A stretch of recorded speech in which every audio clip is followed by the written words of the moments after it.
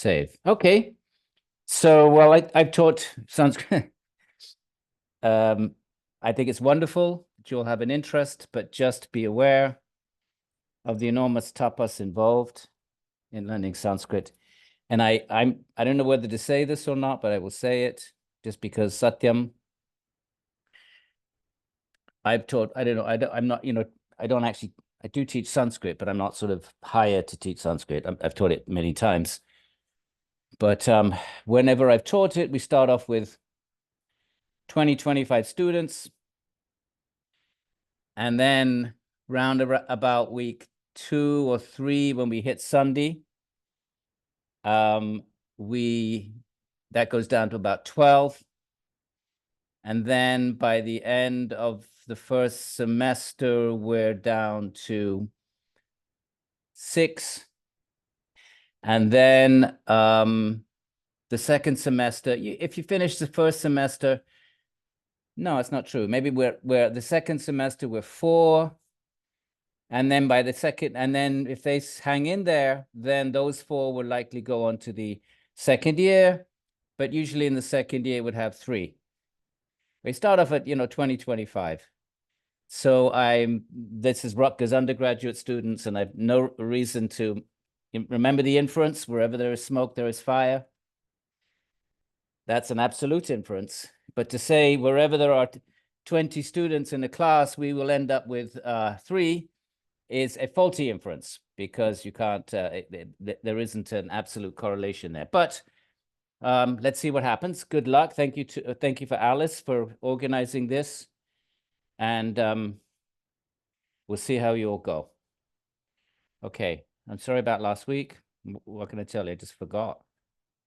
It's kind of pathetic, but I remembered all day, right up until about 4 o'clock, and then I don't know what happened. So chapter 2. Oh, I was going to share a story with you. Give me a minute. Just give me a minute. The first yogi, and it's relevant to the first word of our... Okay, let me just get you the story. Because, actually the yoga is really taught by means of stories in real life Hinduism, underground Hinduism. It's only, elite scholastic Brahmins that actually study sutras.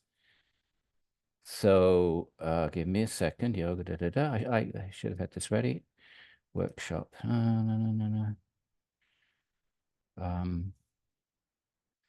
The story of the first yogi, because remember, Patanjali starts by saying Atta Yoga Anushasanam, and Anu means to continue. So then the question is, continue from what? And we don't have the story of Brahma. Okay. Parikshit. Okay, we'll have it for you next week then. Sorry about that. So the question, Brahma.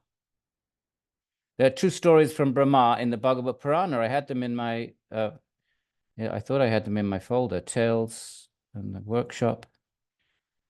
And okay, just bear with me, my friends, I apologize. All right, I'll tell you the story. And next week we'll read it together, because it's, nice to have the actual text before us. Bhagavata stories, it's here. Bhagavata. All right, not to worry. So let's stop share. Here we are. And we'll get back to our Yoga Sutras. Okay, so now we're in chapter 2, Kriya Yoga. Kriya means action. It means something very specific in Tantra. So that's a completely different set of traditions. And the Kriyas there is a kind of physiological, as I recall, kind of physiological reactions to Shaktipad. So the term Kriya is used differently in different contexts. In the Vedic sacrifice was Kriya. It's not a term that you find very often in the Yoga Vedanta world, Kriya. It's a bit unusual, but here it is. So they're Kriya Yoga. Now we have action yoga, which is, so immediately you might say, well, hang on a minute, isn't yoga about inaction? Samadhi are completely and utterly inactive states. Not only is the body inactive, it's already become inactive in asana, pranayama, in the fourth and the fifth, and certainly by the time you get to pratyahara, the fifth limb, the body is completely motionless. There's no question of action. So what are we doing actions for? Well, in order to actually be at all, to prepare ourselves in any sort of way to be able to actually seriously have a chance of entering into these samadhi states that we read about in the first chapter, we have to train the mind. We have to everything has to become pure. When this word purified, by the way, they do use it. It is a translation of a Sanskrit word. Shuddha means to make pure. So it's not a kind of a Western term, being re-equipped for yoga. It's a Sanskrit term. But it means to make, one way of thinking of it is to make the mind sattvic. So there are three things Patanjali kicks off.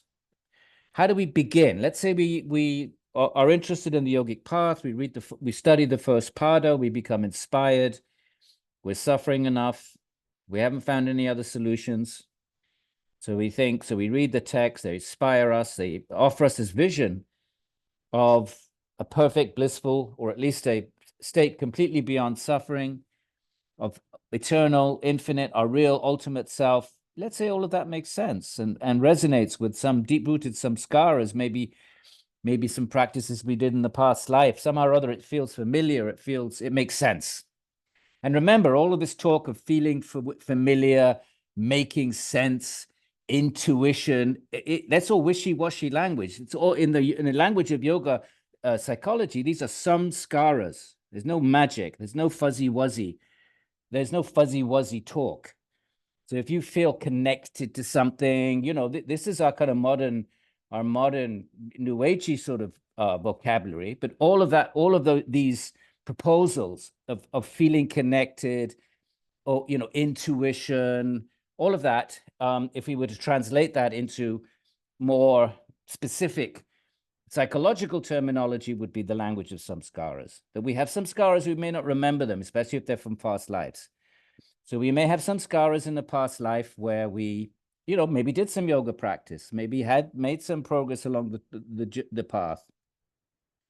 And therefore, in this life, we don't remember those vividly, but we have that's where we get our feelings, our intuition, feeling connected. All this kind of talk is the product of, it's just a kind of a 21st century way of what the yogis would say is referring to past life samskaras. So there are actions that we have to do. And for whatever reason, Patanjali picks these three. Of the commentators say, well, they're the most important. I don't feel like they make a super convincing case as to why these three. I mean, obviously they're important. I mean, no, and I take that back. These are very important. How do you start? But there's no real explanation other than that, okay, these are important first steps. And we will see that they reoccur in the niyamas, the second limb, exactly the same three that we find listed here in Kriya Yoga. Exactly the same. These same three will be situated with two others in the second limb of yoga, the niyamas. So I think, yes, the first step is a little bit of tapaha. The first step in the yogic journey is austerity, my friends. Tapaha means vairagya. It means to control the ragas. That's what it means, to control the senses. So if we want to be yogis, we should at least understand what the path demands. Eventually giving up all desires, all ragas. So we start to control how much we eat. We control how much we sleep. We control our sensual, we don't just let our senses drag us all over the high street, sampling this, sampling that. We try to control our senses rather than be controlled by them. Tup means, the tup it actually means it's to heat, actually. So if you do intense tapaha, you generate heat. And when we do chapter 3, when we meet again after we finish this series, You'll see a lot of the mystic powers, and they're attained by tapaha. In the 4th chapter, Patanjali has, the first verse says, how do you get the siddhis? And he mentions 5 things, and one of them is tapaha. So the great demons of ancient India, even the great demons, you don't have to be a yogi to attain siddhis. They're great demons, like Ravana of the Ramayana, who stole Sita. How on earth did he get that kind of power? He's just an Atman like you and I, with a chitta. How did he get that kind of power that no one could prevent him from disrupting the universe, not even the great devas? So they had to ask Vishnu to descend. How did he do it? Ekapada Hastasana for 1,000 years. And that generates top. It's energy. And energy transforms. It's a force. There's forces in the universe. So one of them is the force generated by tapas. Right? Nobody knows where forces come from. In physics, we have forces. Nobody knows where they come from or why they're there. We just know what they do. So they're forces. So tapaha, the first thing is, for us, what does that mean? It is that willpower, the yatna, the vashikara samjna. Okay, let's go back to our Vairagya verse, because tapaha is what you do, and Vairagya is the state of mind. How do you get that Vairagya state of mind? From tapaha. So this is helpful for us. Let's go make connections. So Vairagya is how do you nirodha the mind? Abhyasa Vairagya Bhyam Tan Nirodha. So we go back to Vairagya and we see that how do you get Vairagya? So there we have Anuputa, right memory, okay?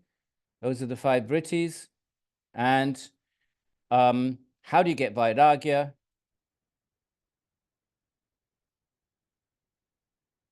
Abhyasa, tatra stito yatna. Abhyasa. How do you get abhyasa? How do you practice a yatna, effort? No, that's not the one we want. We want Vairagya. Here's Vairagya. What is it? Vashikara samnya. To make control, the mind that is making control. Vitrishnasya, of one who is without thirst for sense objects, whether they're perceived or heard about, whether they're sense objects that you've experienced, they become recorded in your mind as a pleasant samskara. We call that a desire. So they're drishta or anushravika, you've heard about them. But what's the important word? Vashikara sanya, the controlled mind. That's tapas. To vash, kar. So this is an in suffix. Vash means to control. In, you put in and then a verbal form of kra. So vashikara means to exert control. And that's what tapas is. It is the voluntary exertion of control over the senses in order to transform the mind from rajas, which is raga, from a mind full of desires. That's a rajasic mind. We want it to be vairagya. We want it to be without raga, without rajas. Why do we want it to be without rajas? Because we want it to be sattvic. So that if it's sattvic, then it cannot be something else. But what else could it be? It could be rajasic or tamasic. So if you want it to be sattvic, we have to vashikara samnya, exert control. We have to do tapaha, and then the mind becomes slowly becomes sattvic, and it's willpower. We've all changed our lives in various ways since we were children, and some of the changes we made involved tapas, whatever it was. I remember as a kid we used to smoke cigarettes because that was the only way you could rebel in a British boarding school. That was your way you sort of exerted your resistance. You broke bounds. We had bounds, and then you broke bounds, and you went and smoked a ciggy. But then, of course, you got addicted, and that was that. There was tapas then. If those, so we've all had these little, we've all had episodes in our life where we've performed tapas for attaining some goal. So the goal of yoga, likewise, being the highest of all goals, well, second highest, because the highest is bhakti, certainly according to the Gita anyway, tapaha, okay? So there is no yogic progress or yogic journey without beginning to control the senses. And then svadhyaya, this is study, is what we're doing now. Because from study, then we reinforce, we first we attain knowledge. Knowledge has to come into the mind like everything else. The mind doesn't magically come up with the idea, oh, there's an Atman, let me seek it. No, it doesn't magically pop into the mind like that. It doesn't pop into the mind of animals or other creatures. It pops into the mind of humans. Why? Because their minds are sufficiently sattvic to receive it, but it still has to come in from the outside. Anything in the mind comes into the mind from the outside. It's just the circulation of energy. It's there's, matter is not created or destroyed. It just circulates around. So if matter is going to get into, remember, samskaras are material. If they go, if some, if I don't know, if dust is going to get into a room, it has to blow in from outside. So if ideas are going to be in the mind, they have to have gotten there from somewhere. They come in from the outside. Of course, you can make your own ideas, but even if you make up your own ideas, the ingredients of what you think of as your own ideas are bits and pieces of other ideas that came in from the outside. You put them together and you think, oh, I am creative. I am a genius. I come up with some new idea. No, there's no new ideas. They're just reformulated bits and pieces put together from other ideas which come in from the outside. So the idea that there is an Atman, the idea that we're suffering, who would have thought? I certainly didn't think it was when I was a kid in school trying to find happiness out there in samsara, or a young, before I headed over to India. I didn't think, it didn't seem obvious to me that everything is sarvam dukkam. What you'd be considered depressed if you walked around saying something like that. So therefore, svadhyaya then is the way that wisdom, viveka, it's not some magical state of mind. All right, wisdom is like anything else, has to be imported into the mind, and then the mind has to accommodate itself around those samskaras until it transforms itself such that those samskaras are dominant within it. That's a wise mind. It's not some different species of mind or category of mind, or kind of some enlightened being is somehow chosen in some sort of divine sort of way. Wisdom is cultivated. Wisdom simply means to see the world through the lens of the Upanishads, the Vedanta, the Bhakti traditions. In other words, to absorb those teachings, contemplate them so profoundly, so intensely, and so extensively that the mind becomes that. Your mind is what you want to make it. Right? So you can have the mind of a hedonist. You can have the mind of just a fanatic football fan. We can have any kind of mind we choose to have. So the yogi wants to have a mind that is conducive to the practice of yoga. So he needs to sort of import things into the mind that will assist in that project. And that's svadhyaya. We get information, we get teachings, we get stories of great exemplars, and svadhyaya. It fortifies our resolve. And you've got to do something with the mind. If you don't do svadhyaya, you're going to be reading some nonsense or watching some TV or some just sort of absolutely, or you'll be putting material into the mind that's absolutely useless in terms of its value at the moment of death. So svadhyaya, and I forgot to tell you the story of tapaha. So Brahma, first Kriya, okay, the tapaha is the first Kriya yoga. I have it. Do you want to bring it up on the screen? Thank you, Eleonora. Can you bring it up?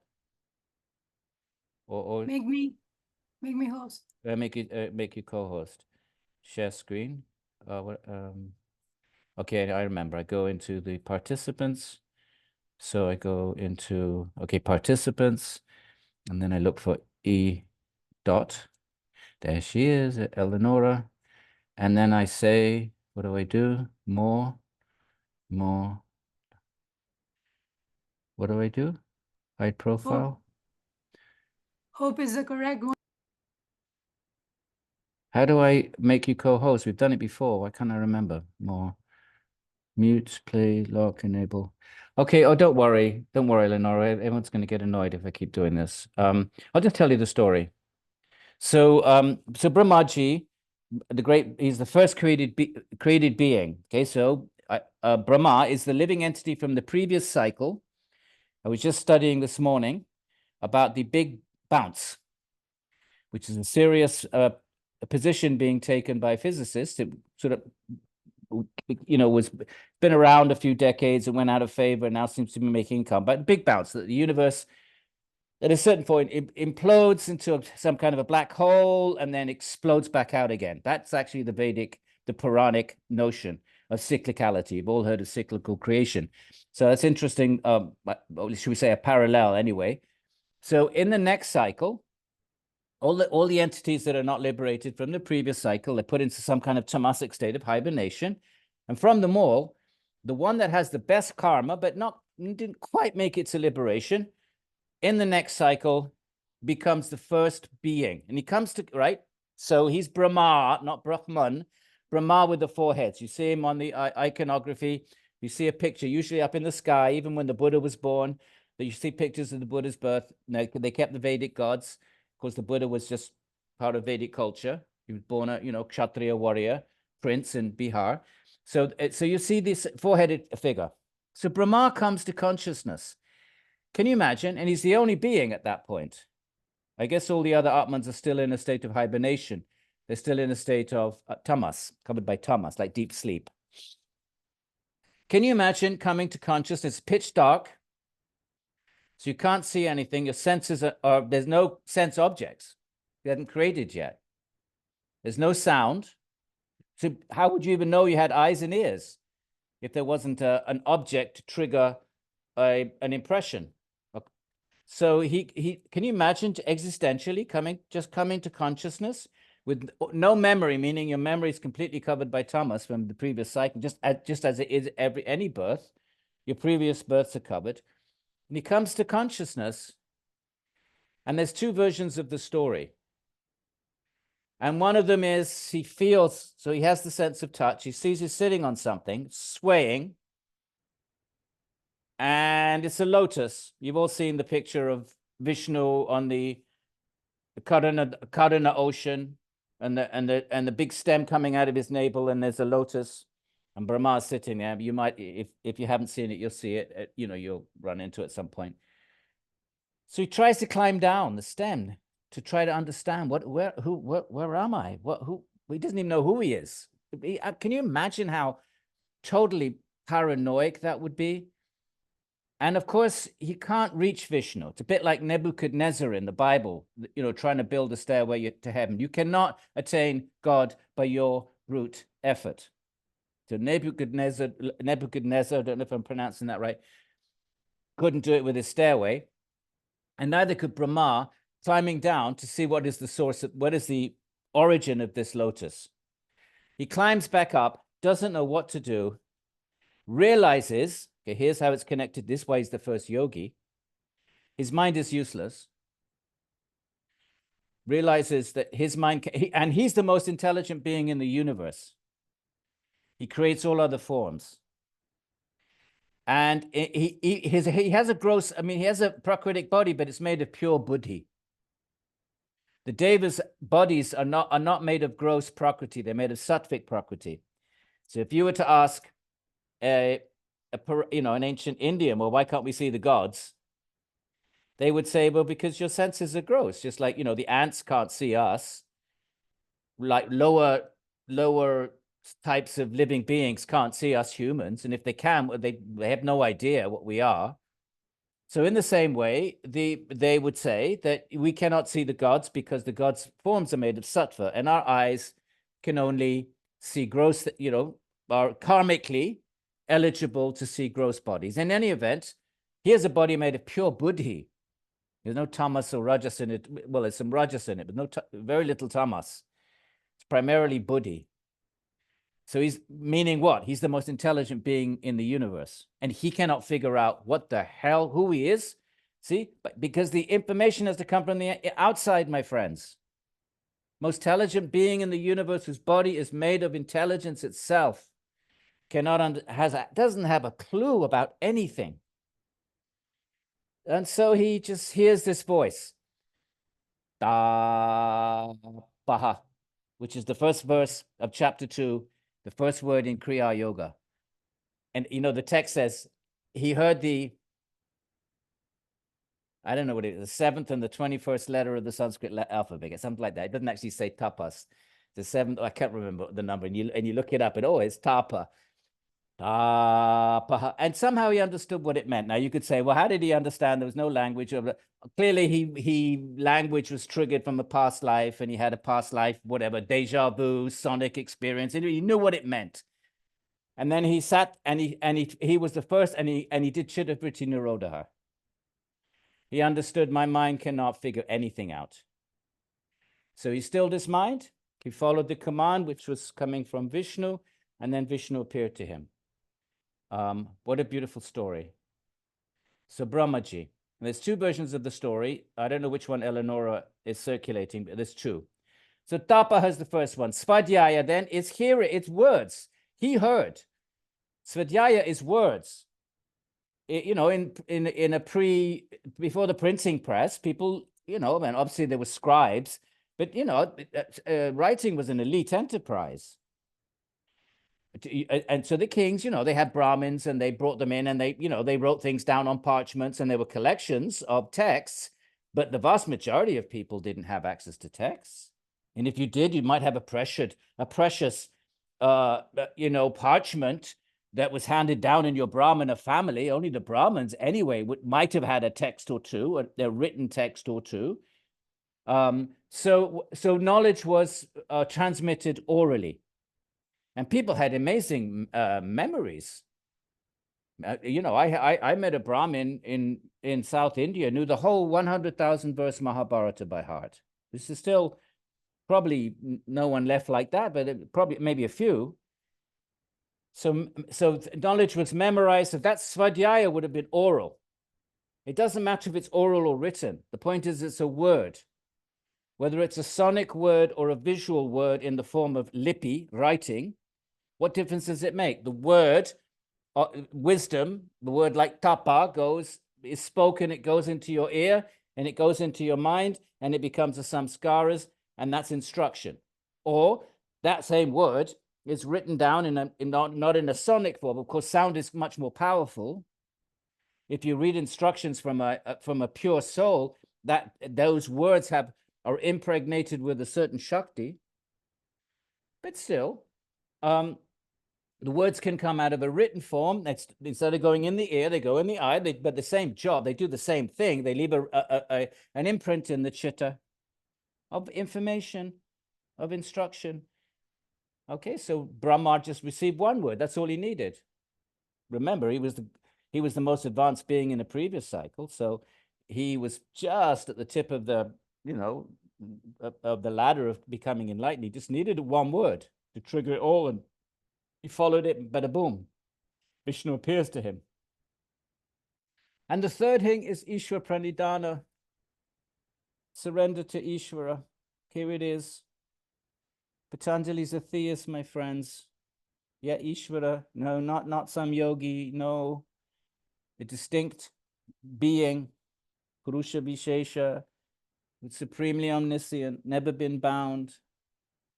Of course, if you want to know more about Ishvara, then you have to go to the Ishvara Shastras. If you want to know more about Ishvara, Patanjali is only going to take you to your own Atman.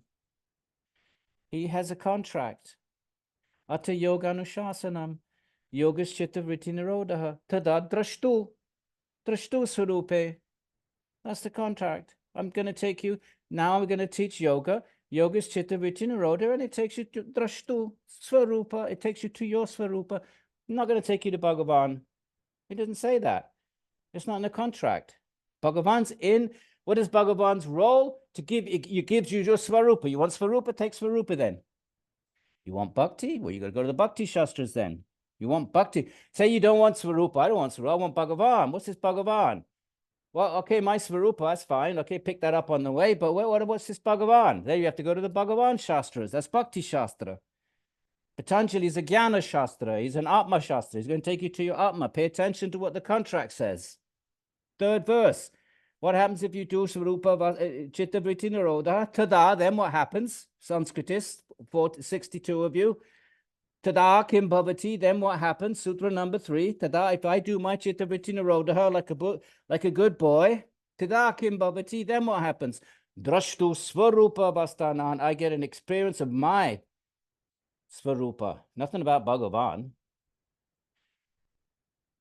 Okay, so but Patanjali is a theist. I just think he's very subtle, because not everybody's into God, right? But back then not everybody was into God. The proto-Buddhists were not into God. Proto-Jains were not into God. Right? Nowadays we're not into God because it's kind of a bit trendy not to be into God, right? And we probably had a bit fed up with, whatever, 1900 years of ecclesiastical authority, whatever our little cultural reasons are. Well, back then there were people. So, but Patanjali's a theist, and but he's not in your face. Can you imagine if he said, instead of saying Ishvara Pranidhana, he said Shiva Pranidhana? What would the Krishna Bhaktas have said? What would the Vishnu Bhaktas have said? What would the Devi? What would the Devi or Kali worshippers have said? Well, we don't want this Shiva. So he's very discreet. Good on him, right? Ishvara. And then he doesn't, and then at the end of it, he said, it's not even the grand finale. So Ishvara Pranidhana is there, my friends, and the commentators, of course, they do connect it with the Bhakti texts. They speak about the Gita especially, and they connect Kriya with Karma Yoga, and some of them try to connect it with Jnana Yoga, Karma Yoga, and so forth. So they do try to, especially the Gita is the text that the commentators try to connect this to. Okay, now if you do this Kriya Yoga, right? If you do regular yoga, what do you get? Tada! Then what do you get? You get Drashtu Sarupe Vastanam, right? The verse number 1-3. Now, what do you get if you do Kriya Yoga? What is the artha? Notice the term artha. See, Samadhi Bhavana artha. Number 1 artha. Kleshuta Nukarana arthas. Do you see the 2 arthas? One in the middle, one at the end. So they're 2 adjectival phrases or 2 nominal phrases.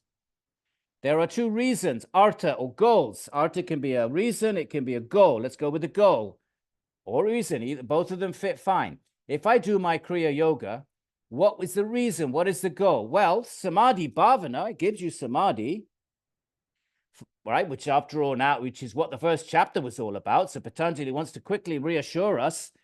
There's not some new kind of yoga. It's not like chapter 1 is Chitta Vritti Nirodha yoga, and now with a different kind of yoga. Like some people think the Gita is teaching Jnana Yoga and Karma Yoga and Bhakti Yoga as different yogas. In some ways, you could make that case.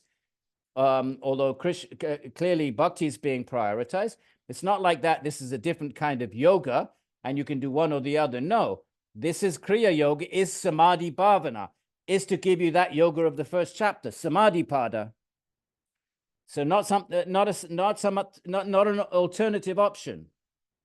It's connected to that one project. This is one kind of yoga in the Yoga Sutras. One kind of yoga, Chitta Vritti Nirodha. What is yoga?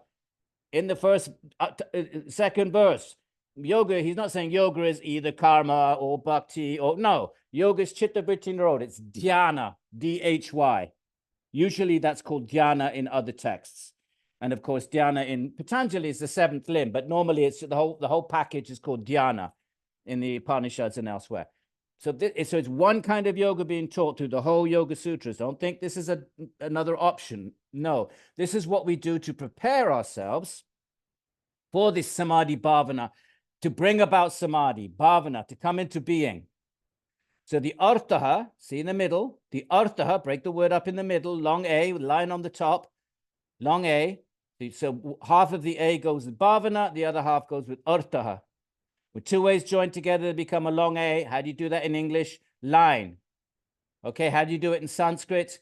In Sanskrit, you have this Samadhi Bhavana here, this line here, this artha. So it's Samadhi, that long A, Bhavana, but that A is actually two short A's. And now we got 62 people doing Sanskrit. Ha ha ha ha. So samadhi, let's see how many we've got next week. Okay. So samadhi, okay, that's number one artaha. Now, the second artaha, though, before we can samadhi bhavana, bring about samadhi, we got the klesha tanu karana. So the second, the tanu karana is to make weak the kleshas. Tanu karana. Karana is from kra, like you get karma and kriya. These are nominal forms of the root kra. So karanartahas. I'm probably going to retire in 2 years, and maybe I really will do a Sanskrit course. But those 60 of you that signed up, keep going, keep going, keep going. Don't give up, because I might not. All right, but it's such, I love it so much. It all started, my academic journey. I never for a minute, for a second, thought I was going to be an academic. I was the last person that would have, anyone in my family would have thought became an academic. And when I came back to, when I left the ashram and all that, I was going to teach English as a foreign language in the Middle East, because I'd done that, and you can make a ton of money, like Bahrain and these places, and with that time Tehran, and 3 months, and then live in India for 9 months. That was the plan. And so then I thought, okay, to get the better jobs in some of these very rich places, you had to have a certificate. I didn't have nothing. So then what? So then I thought, okay, let me get a BA. But you had to have, some kind of a degree and a certificate, like a proper degree in teaching English as a second language. I thought, okay. And I was in New York, and I thought, all right, so I went to Columbia University, and somehow or other, I, managed to get in, and they thought, A levels, English A levels. Ooh, they gave me credit for. I had a bunch of credits. I don't know how. Somehow or other, I just manipulated the system, and came up with like 2 or 3 years worth of. Anyway, so then I thought, so I only had to do a year. So then, I thought, well, let me get a BA. I'll get it in Sanskrit. I'd studied Sanskrit, in India, but I hadn't studied it very systematically. So, so then I started studying the Sanskrit, and then, and this, the plan was, okay, I get my BA in Sanskrit, then I get this certificate with the BA teaching, and then I'll go off to the Middle East. And then I just kept getting these fellowships and grants, and they were throwing money at me. So then I thought, I'll get an MA. I'll be one step up. It wasn't costing me anything. So then I got an MA, and then just kept going. So that's how it all started. So it was Sanskrit. It was a love of Sanskrit, and that was my first and only love. So sorry about that. Sorry about sharing that. So klesha tanu. So the second reason, the arta, two arta, samadhi bhavana, bring about samadhi and to weaken the kleshas. Now, what are these kleshas? Okay, before we do these kleshas, my friends, let us remember our klishta vritti. This connection is not made enough. I don't even know if the commentators make it. It's been years. I don't remember them. Maybe they do. It's been a long time since I read the commentators. The 5 kinds of vrittis, very super important here, my friends. So there are 5 kinds of vrittis. And look, vrittayaha panchat pancha. Taya is a suffix, which means types. Pancha is like penta, pentagon, Pentateuch. So there are 5 types of vrittis, and they are klishta. Break this word up in the middle. You've got klishta and aklishta. So you can see the similarity. The root is klish. You can make verbs from it, and you can make nouns from it. So klish, the root, one of the nominal, means a noun, forms is the klesha. And here it's a past passive participle verbal form. Actually, a past passive participle is an adjectival participle.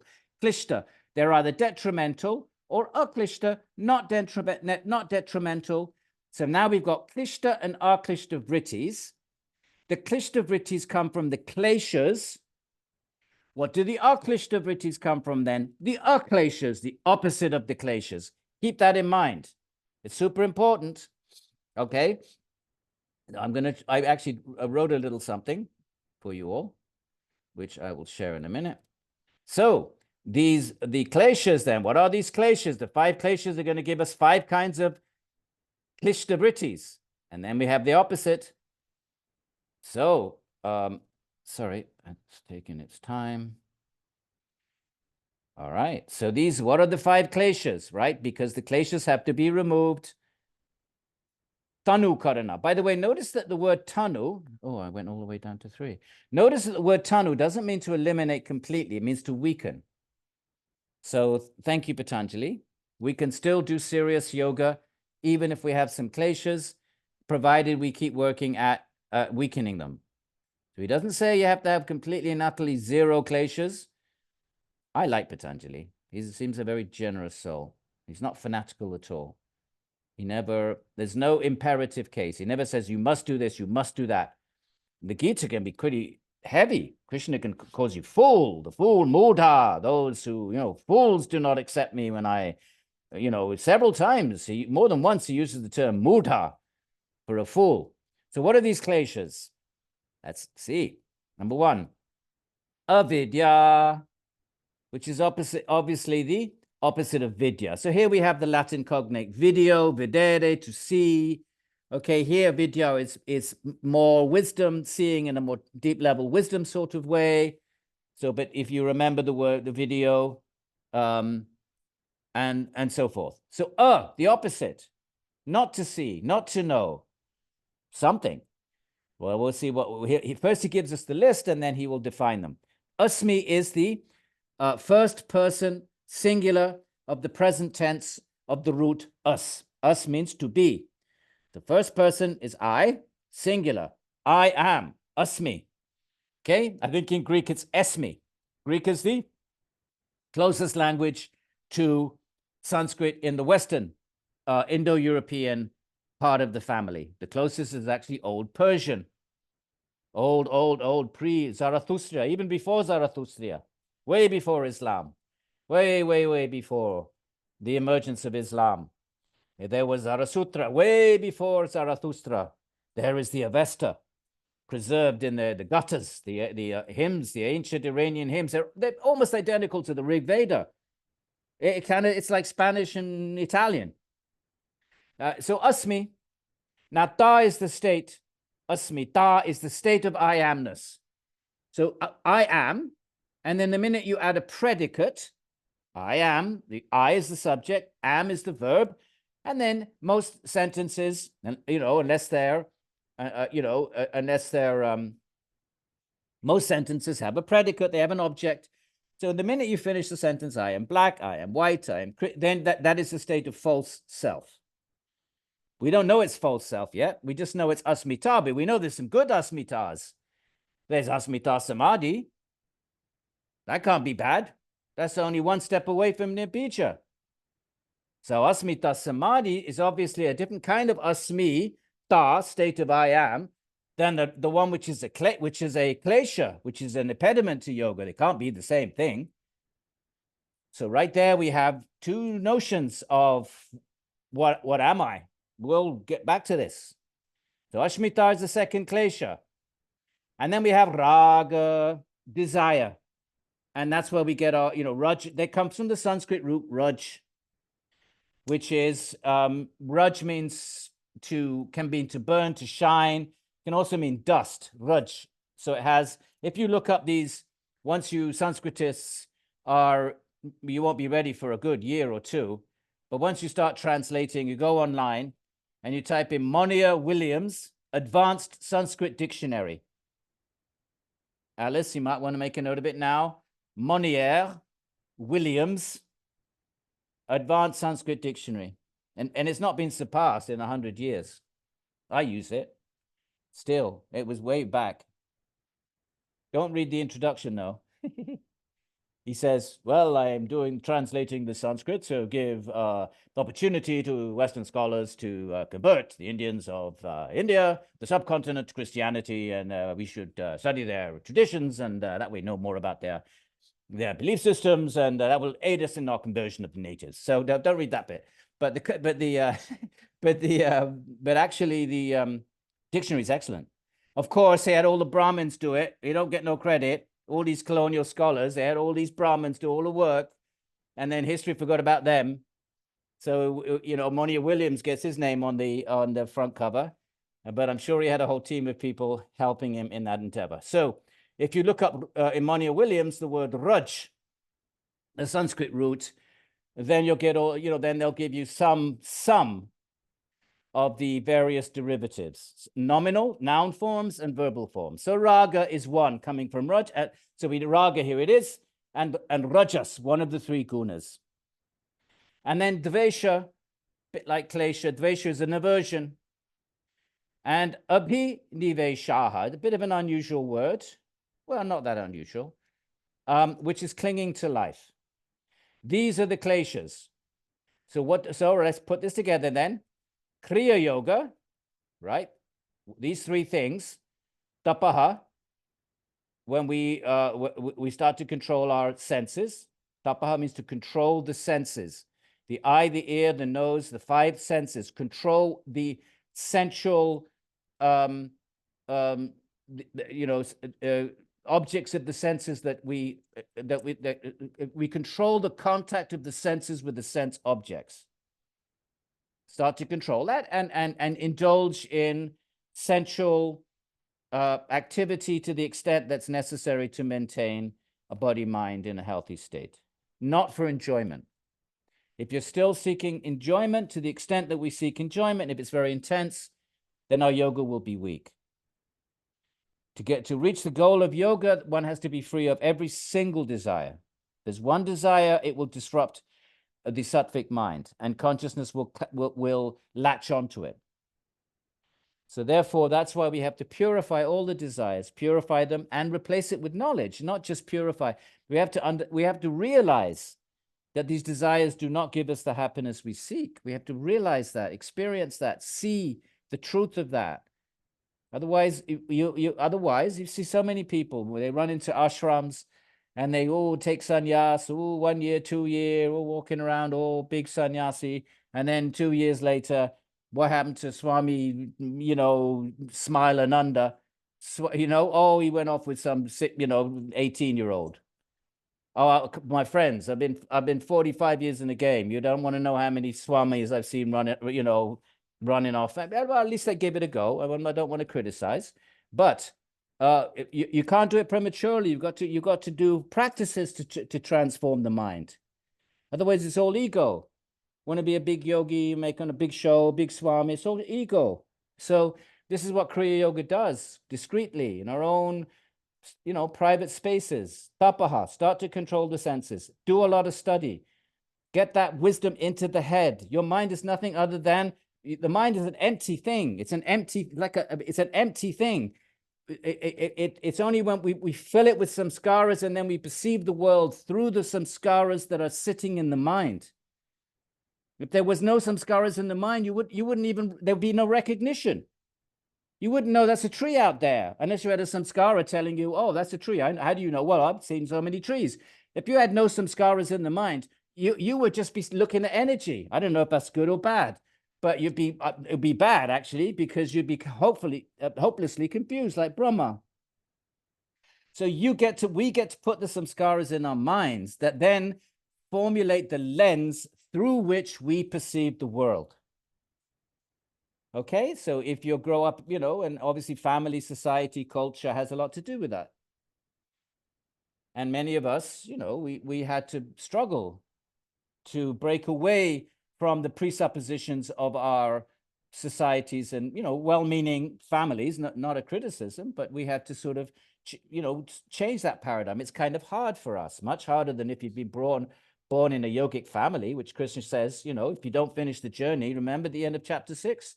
You take birth in a yogic family or a high, pure family. We didn't get that kind of karma, most of us. So these are the kleshas. They get purified by Kriya Yoga. Now he's going to go through them one by one. Avidya is a kshetram uttaresham. It's the field of all the other ones. What's he saying? Well, it's a field means if you get, if you don't have a field, nothing can grow. So therefore, if you get rid of avidya, the other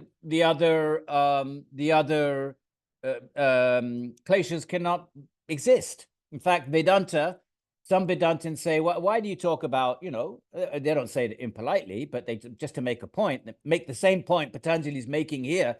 They say it's just avidya. Advaita Vedanta is all about avidya. Of course, they accept the other kleshas, but they're big, maha, mostly they're really, the talk is about avidya, avidya. It's avidya, not sorry, it's avidya. So it's short a, and it's feminine noun. Any long a at the end, my friend, is a feminine noun. Short ending, masculine. Feminine, So that's okay. So therefore Krishna, but Draupadi is also called, but she's Krishna. Draupadi, she's black as well. She was born out of the fire. Draupadi, if I got the story right. Okay, so avidya is the kshetram, the field of the others.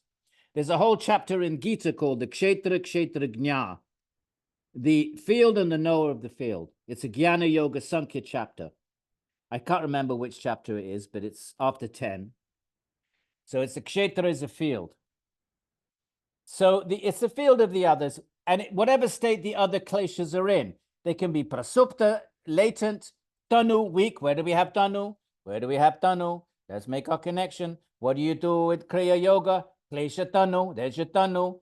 You make you karana, you make the kleshas weak. There's your tanu. Now we got it again, tanu. Let's make these little connections. They'll give you a little moment of satisfaction. And that moment of satisfaction is aklishta. Why is it aklishta? Because you're studying Sanskrit and you're studying a sacred text. So the satisfaction that comes from Sanskrit is, I would say, aklishta. That's me talking, take it or leave it. That's my opinion. So avidya is the field of the others, whether they're prasupta, latent, tanu, weak, vichinna, interrupted, udaranam, fully blazing. What does he mean? Let's take, so avidya is the field of asmita, it's the field of raga, it's the field of dvesha and abhinivesha. Okay, let's take a raga, piece of chocolate. Everybody think of a piece of chocolate. Now, anybody thinking of a piece of chocolate? Where was it a minute ago before I said that? Prasupta, latent. It was there, but it was prasupta. Now I've messed up your devotional, your yogic concentrate. So that's prasupta, tanu, weak. Now I've mentioned it. You might sort of weakly think, oh, I wouldn't mind a bit of chocolate. Tanu, it's weak, but I can deal with it. What can I do with it? Tapaha, vairagya, I can control it. Vashikara. Now, vichinna comes and goes, comes and goes. So chocolate, and then 5 minutes later, and you forget about it. Oh, 5 minutes later, it comes back. Udaranam, my friends, udaranam, fully strong. You jump up. Okay, I'm just going to run to the kitchen, grab the chocolate really quick, come back, and I'll continue with the lesson with a piece of chocolate on my table right next to me. That's udaranam, fully manifest. So whether the other kleshas are prasupta, latent, not active in the mind, tanu, weakly there. I wouldn't mind a cup of tea, but okay, I'm dealing with it. Paul had chocolate before the lecture. Paul, you cheated on us. So, right, the prasupta, tanu, weak. Vichinna comes and goes, comes and goes. Patanjali's, this is what philosophers do. What do intellectuals do? They schematize things. They organize things intellectually. Everything has to have a place. Okay, what are these kleshas? What possible states? Well, that's an intellectual mind. That's what people like that become scientists in the modern world, or they become philosophers. What do they do in the ancient world? They became the sutra writers and commentators. And you have to have a place for everything. You have to have a place for everything. Everything has to have an explanation, or at least you'd say, well, or at the very least you say, well, quantum theory, we don't quite understand it, but at least you have to really struggle intensely to everything has its kind of taxonomies, schematics, is the way an intellectual mind works. It has to have an explanation and a place for everything. So there's these four. What are you going to do? These four types, four states of the kleshas. Now he's going to define them one by one. What is this avidya? It is the khyate, the idea, or the belief, or the impression, a mental state that takes the self. Now, look, 4 words. Look at it. Anitya, ashuchi, dukkha, anatma. Now, what do you notice? Anitya here, nitya. Look at 1 and 4. Sorry, 1 and 5, 2 and 6, 3 and 7, and 4 and 8. So anitya, nitya, shuchi, ashuchi, shuchi, dukkha, sukha. It is a negator. So the first 2 are negators. Anitya, ashuchi negate nitya, shuchi. But du is also the opposite of su. But it's not quite a negator. Du is something bad. And su is something good. So you could put it onto anything. So a bad smell is duganda. Nice smell is suganda. So du, like for example, in the Mahabharata, let me pronounce that properly. Now we've got 62 budding Sanskritists.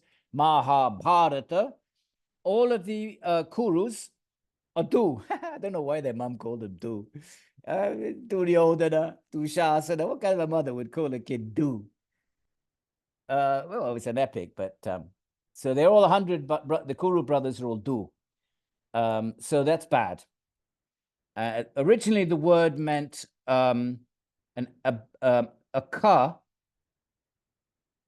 is a very old Vedic word. And a ka was suspension, the axle of a cart. So you can imagine on the old roads in ancient times. So if you had good axle, it was a sukha. And if you had a crummy, a lousy axle, it was dukkha. So you can imagine if you were on an old rickety old cart and it was really the axles were no good, your journey would be dukkha. How was your journey? Oh, dukkha. I had a lousy axle.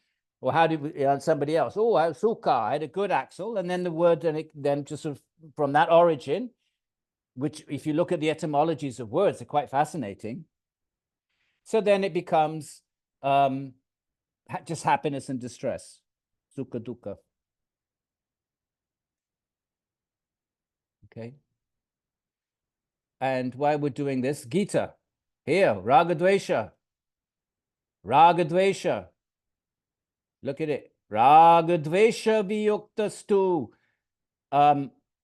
Vishayanindrayascharan. When the raga and dveshas are controlled, Vishayanindrayascharam, wandering, even though wandering in the objects of the senses, meaning in the world out there, Atma Vaishar, where are we? So there's your ragadvesha in the Gita.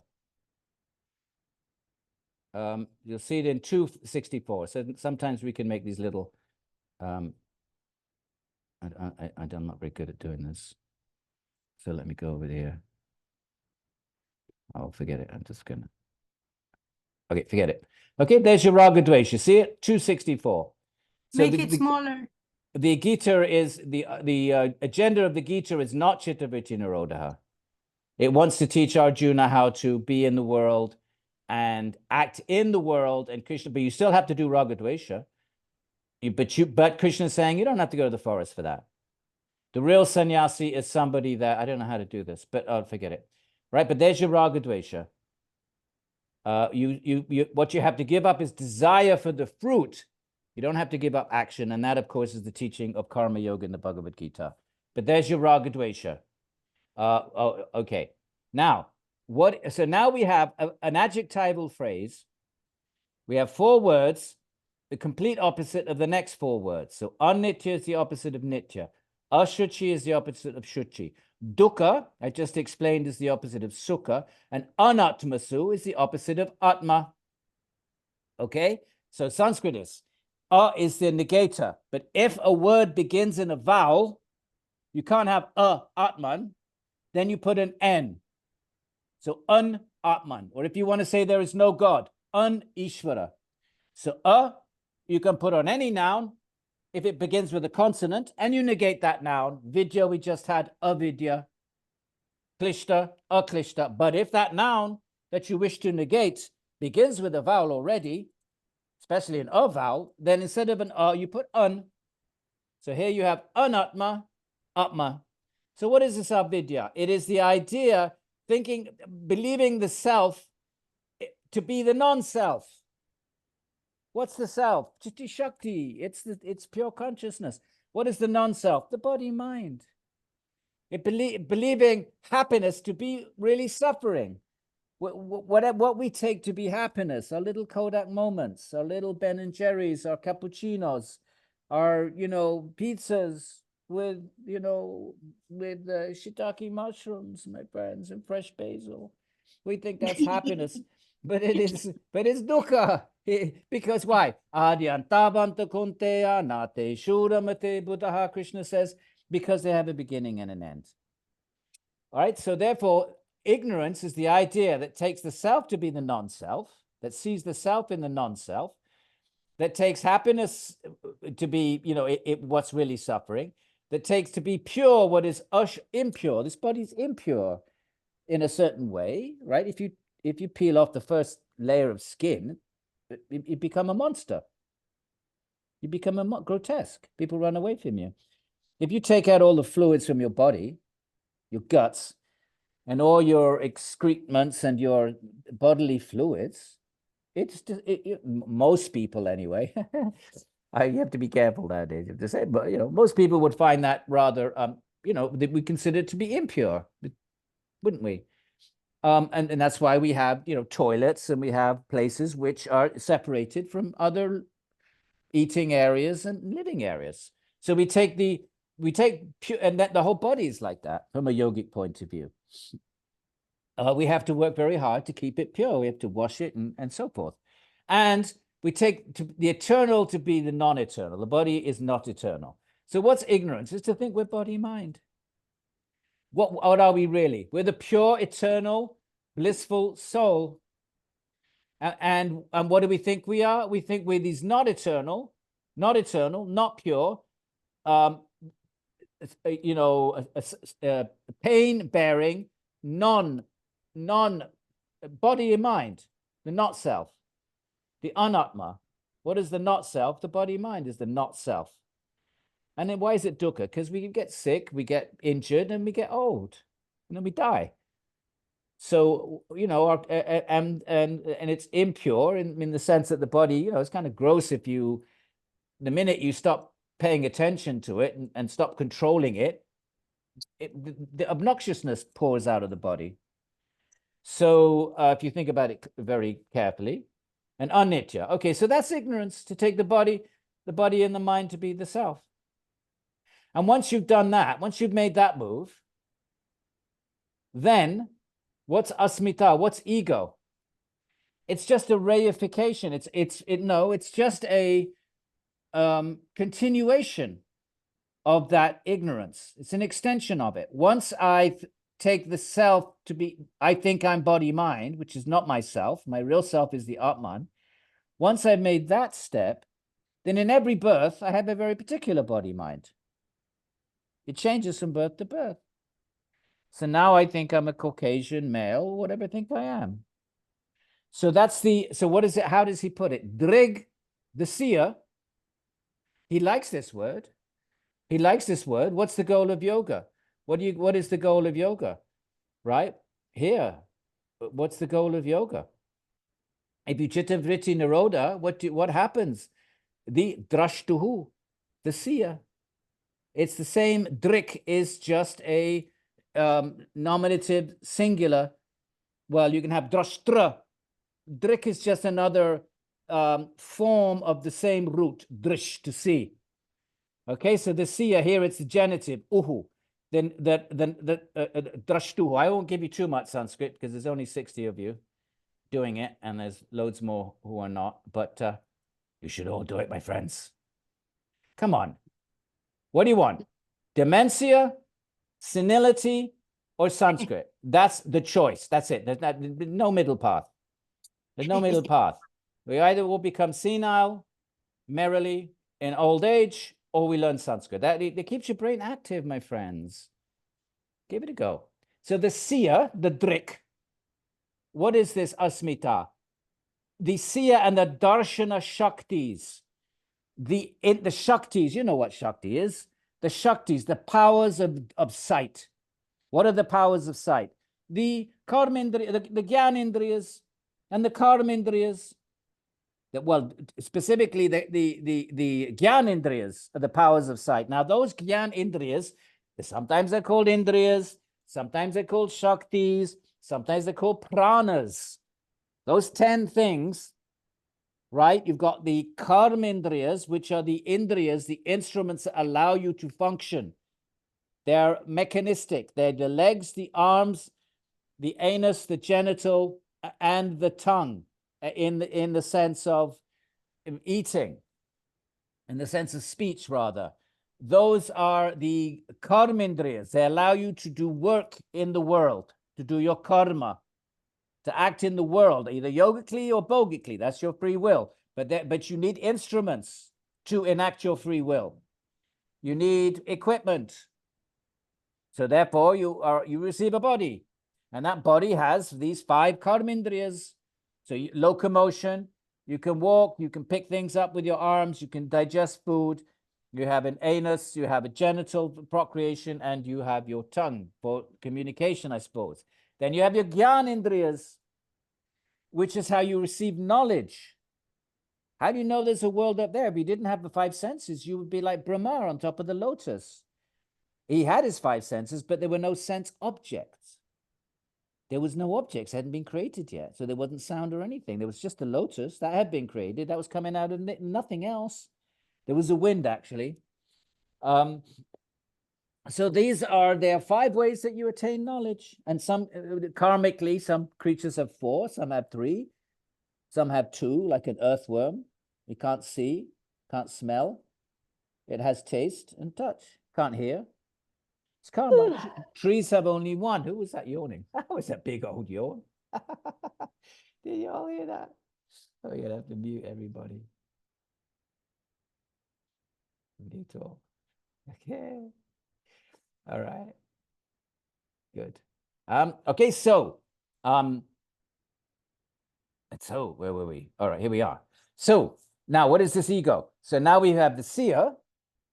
And we have instruments. Now, clearly, there's a distinction between the instrument and the user of the instrument. So there are 10 instruments, but he's talking about probably the 5, the Gyanendriyas.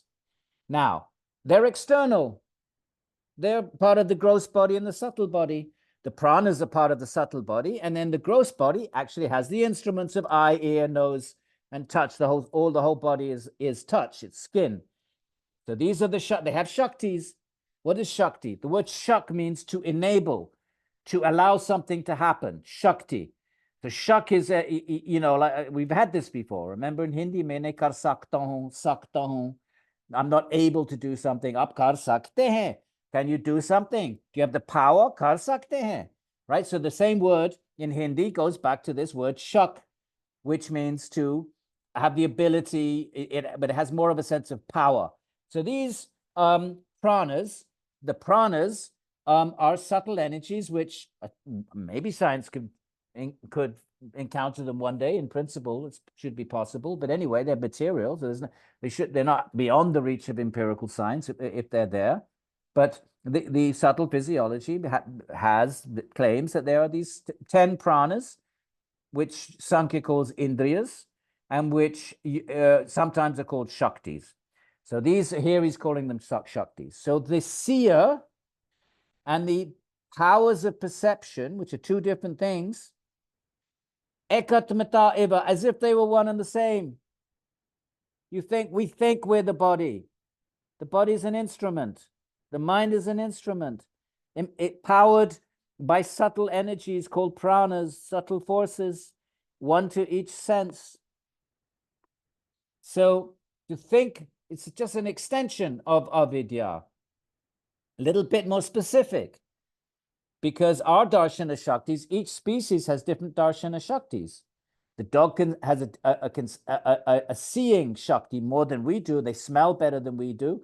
Vultures see better. So their shaktis, they may have individual shaktis that surpass the human shaktis in various sensual areas. But we have manasa shakti, Buddhi Shakti, which surpasses that of the animals.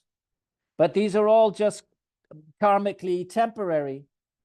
The animal will become a human, we will become an animal. And our Shakti, our subtle body, then reconfigures itself karmically to accommodate whatever karmic requirements need to be accounted for and experienced.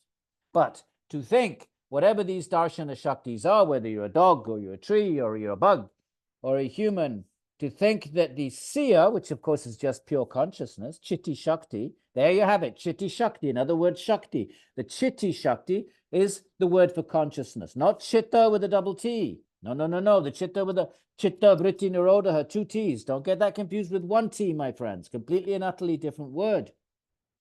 So that what is the Siya? What is the Shakti? What does he have some Shakti? He has no Shakti, can't do anything. What's the Shakti of the Atman then? Chitti Shakti, as the power of consciousness. That Shakti, Chitti Shakti, enables the Atman to be conscious.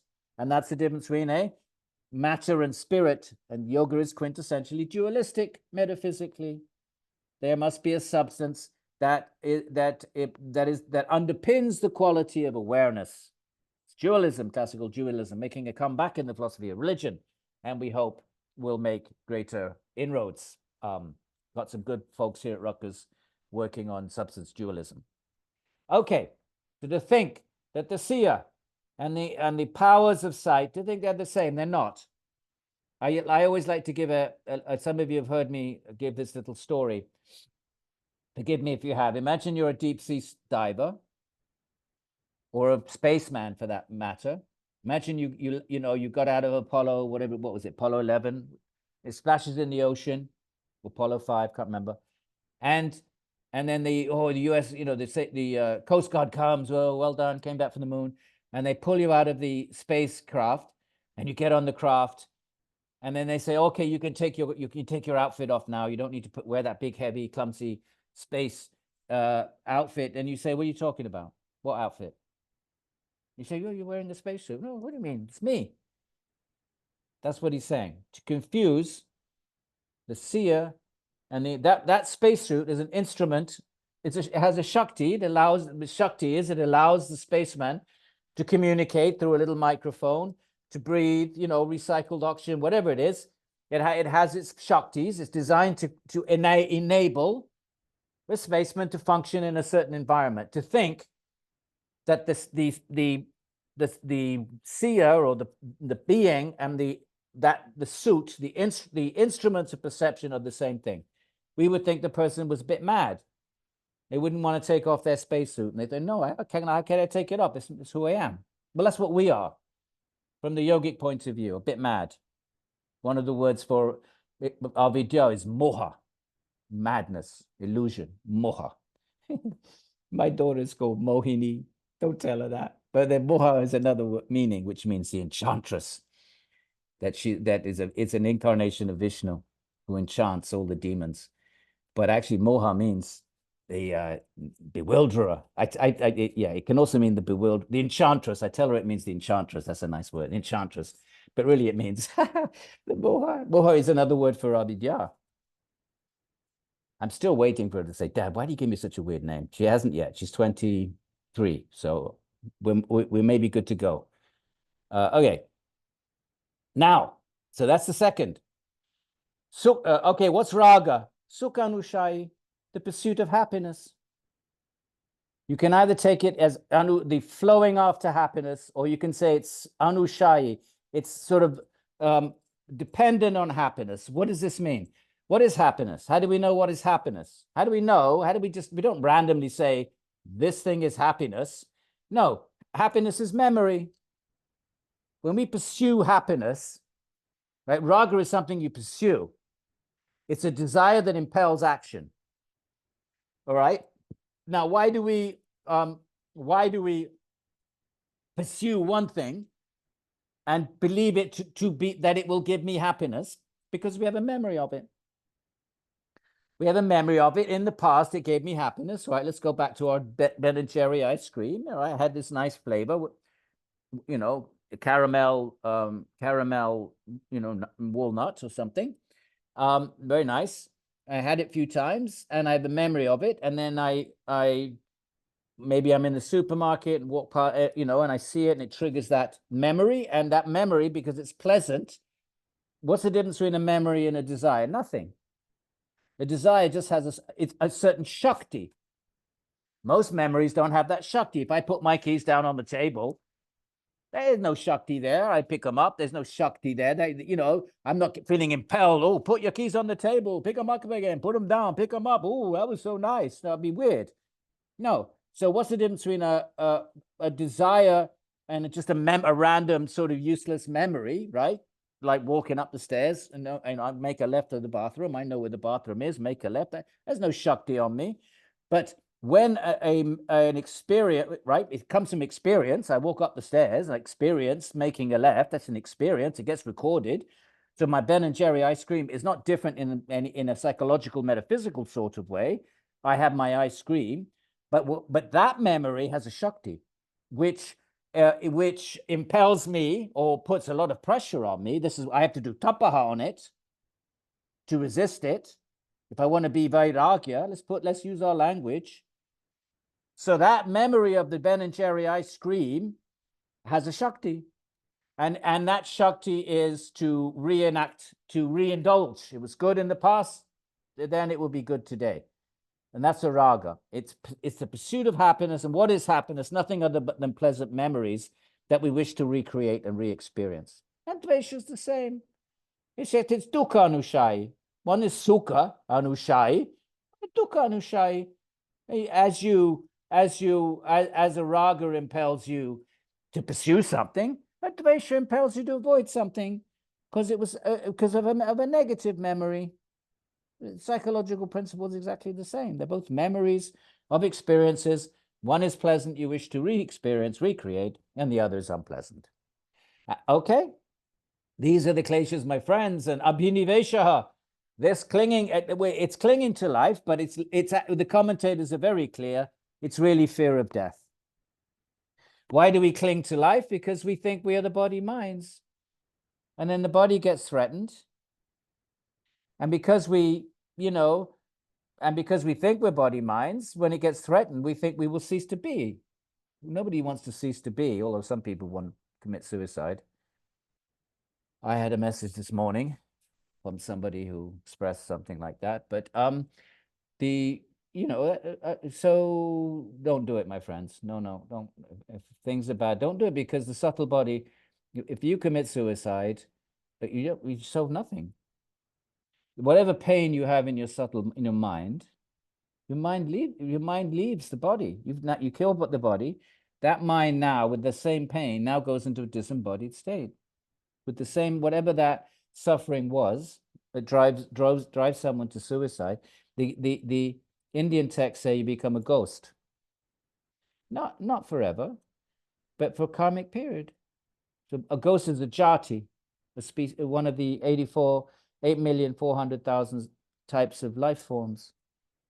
And they're ghosts in any culture of the world, but India too. And then there's one passage in the Garuda Purana, and there are 3 ghosts, and they're having a conversation, and then there's a discussion: how did you become a ghost? And it says, one committed suicide, one died under intoxication, which is very interesting because most people in hospital are actually dying under intoxication. I don't know what that means. I don't know how to, if we want to take the Purana as providing information that may be true, I don't know. But if it's true, then most intoxication. So I don't know how that works with most people have the strip feed, that keeps them calm because you can't breathe, you choke up and stuff. At the moment, in the last period of life, to try to ease that. It's a kind of, my father never wanted it. He was a Brit, it was a Second World War, all of that. No, but they made him do it in the end. And it makes you peaceful. So that, Joe, I don't know how that works. And the third, you can tell the Brahmin is writing the Purana. Guess what the third one is? He says, okay, suicide. And then he says, oh, that if you die under intoxication, you become a ghost. Then he goes, if you sleep with the guru's wife, he slipped that one in. Can you imagine? The person writing the Purana, he's probably old, he's got a young wife, and he's got all these young students. He's, I better put this one in, otherwise. So that's the third one. Do what you want with it. Take it or leave it. So Abhinivesha then is this clinging to life. And notice, Vidusho api, those who have vid, look at this, the vidvan. In the genitive become vidush. Vidvan, like Bhagavan. Van means to possess. So Bhagavan means the possessor of Bhaga, of qualities, all qualities, omniscience, omnipotency, all the omnis. That's Bhagas. And Bhagavan is the person who has them all. So Vidvan, which here is in a genitive case, it collapses. The Vidvan becomes Usho in it. Don't worry about that yet. That's not, you won't be looking at that, my Sanskrit friends, for another good, year. We get to the Van declensions. But even those who have wisdom cling to life. What does this mean? There's an Atman. You can know, like someone, like me. I read all this stuff, right? Of course, I'm 45 years I'm reading. But if my roof started falling on my head, I'd be running out the door. Because I haven't realized the Atman. When you've realized the Atman, there's no fear. When you actually had that experience of the Atman, then you know you're not the body. Until then, there's always going to be doubt. And that's nothing wrong with that. There has to be doubt, my friends. If you haven't experienced something, there has to be, controlled doubt. Because otherwise you become a fanatic. If you don't doubt. Yeah. So even the wise, the verse says, even the wise, vidushopi, and it's svarasavahi. It just, this fear of death, it kind of flows along by its own juice. I would, the way I translated it, an inherent tendency. And the commentators had a nice discussion here. They say, what's the difference between fear and death and a regular dvesha? After all, dvesha means an aversion. Isn't fear of death an aversion? Why do you need a fifth category? Why not make it a subcategory of the regular dvesha? And they say because dvesha is one life specific. So in this dvesha, I don't like the smell of, let's say, I don't mean to be gross. I mean, let's say urine. But if I'm a dog, I have a raga for that smell. I like it. So that dvesha for one thing in one life could be a raga in another life. Fear of death pervades all creatures. It's not body life specific. And then they say, well, we just said that ragas and dveshas are memories. What did we just say? The raga is you're pursuing, it's a desire, which is a pleasant memory that then puts pressure on you the next day to re-experience, and dvesha is the same. What kind of a memory is fear of death? And they say it's actually the accumulated memory of unlimited, beginningless past life deaths, which are all latent in the subconscious, mostly unpleasant. You might have a occasional nice death. The elephant wanders off into the jungle and just sort of, I don't think so. I think the elephant's lying there dying and the jackals are already tearing its eyes out. I mean, most deaths are pretty unpleasant, my friends. Even humans. Now we try to make them, we try to make them pleasant at the end. I don't know what cost, though, if it's true that if you die. Anyway, let's keep to the point.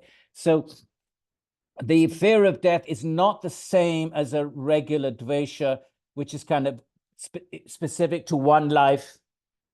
And they have a dvesha for a particular thing because of an experience in that life. The fear of death is experience of infinite past deaths. All latent, but they're still in the subconscious. And therefore, some people might have a vivid past life recollection, but for the most part, no, we don't remember them, but they're there. They're real things with shaktis. And those accumulated shaktis, even though they're covered by tamas, because they're past life, exert a little bit of shakti, which is the abhinivesha, the fear of death.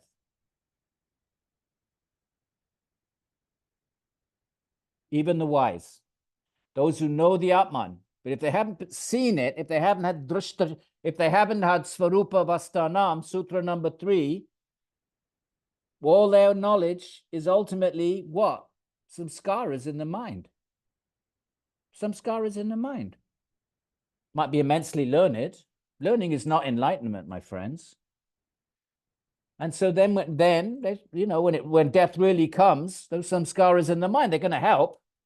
But it's still going to be gritting you. It's still going to be like, there's still going to be some abhinivesha there. That last moment. Unless you perceive the Atman. It's all about the moment of death, my friends. The great transit. As the Upanishads say. Okay. So now, these kleshas are sukshmaha. They're subtle. Right, they're subtle samskaras. They're subtle. They're in the mind. All samskaras are subtle, and there we are. They're all subtle. We'll get rid of this thing here. I won't go. Put that up there. So they're sukshma. Sukshma. By the way, one of the names of the subtle body is sukshma sharira. The subtle body is sometimes called the antakarana. Sometimes called the linga, and it's called, or the shukshma sharira. But anyway, shukshma just means subtle, and the opposite is stula, gross, not stool, but similar. I don't think it's cognate. Maybe it is. I don't think it is, but it could be stool and stula. But anyway, when are they destroyed? The kleshas. Pratiprasava, when the mind goes back into Prakriti, into its matrix. When does that happen? When does the mind go back to Prakriti? Once.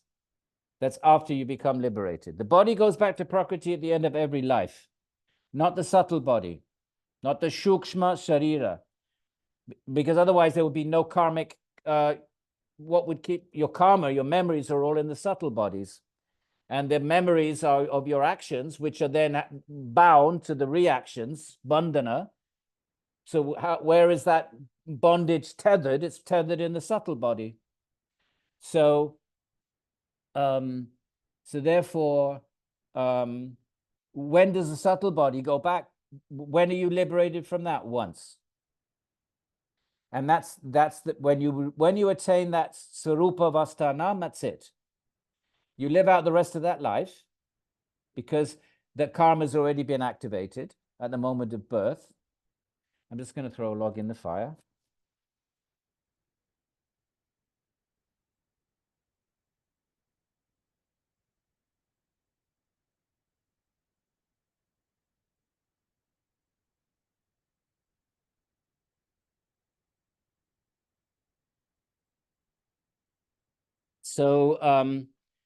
So that's what this verse number 10 is saying. They sukshmaha, they are subtle, sukshma. And heya, how are they destroyed? Prati means back, prasaba, when they flow back. You wouldn't have a clue what this means. So that's when we need to read the commentators. What the hell does that mean? They flow back. And then they talk about, I have actually taken a bit of liberty, dissolves back into its original matrix, because there's no point to saying when it flows back, So, but yeah, okay. All right. So that's the subtle body is destroyed once. And that's what moksha is. Moksha is the removal of the subtle body. And you nirodha it, nirodha, in this system. You purify it by Kriya Yoga, by Tapaha, Svadhyaya, Ishvara Pranidhana. And then with the goal, and the way to shed it, to shed that subtle body, in this Patanjalian system is Chittavritti Nirodha. That's the method. Okay? So the kleshas are the mulaha, the root, karma shaya, of the collection of karma. In other words, because of the kleshas that we make karma. We make karma because we're avidya. We think the non-self to be the self. And then asmita, we think very specifically this non-self that I have in this very life is myself. And then, right, okay, this is how it works, right? So the consciousness is not, if it's not consciousness is eternal. If it's not absorbed in its own nature, it's absorbed in other. So what's the other? Well, the body mind, it happens to be karmically contained in. Consciousness can't contact the world out there directly, because then you'd be omniscient. If there was no subtle and gross body, it's like light from the Big Bang. It would just pervade the whole universe. Nothing's going to stop it. And so therefore, if consciousness is not Swarupa Vastanan, it's absorbed in other. Now, that's the first klesha. The second is, well, my asmi, my other in this particular life is different from it was in the last life and the next life. So now I have whatever my body mind is in this life. Now, but I think I'm that body mind. So where do I find my happiness? I go out in the world and I seek happiness, sukha anushai. And what makes me think something is going to make me happy and not something else? Because I tried it out and it was happy in the past. It made me happy in the past. So I infer that it would make me happy in the future. That's a desire. And likewise with aversion. So each one, remember that avidya is the field. Consciousness is not absorbed in itself, it's absorbed in other. That's the field from which these others necessarily emerge.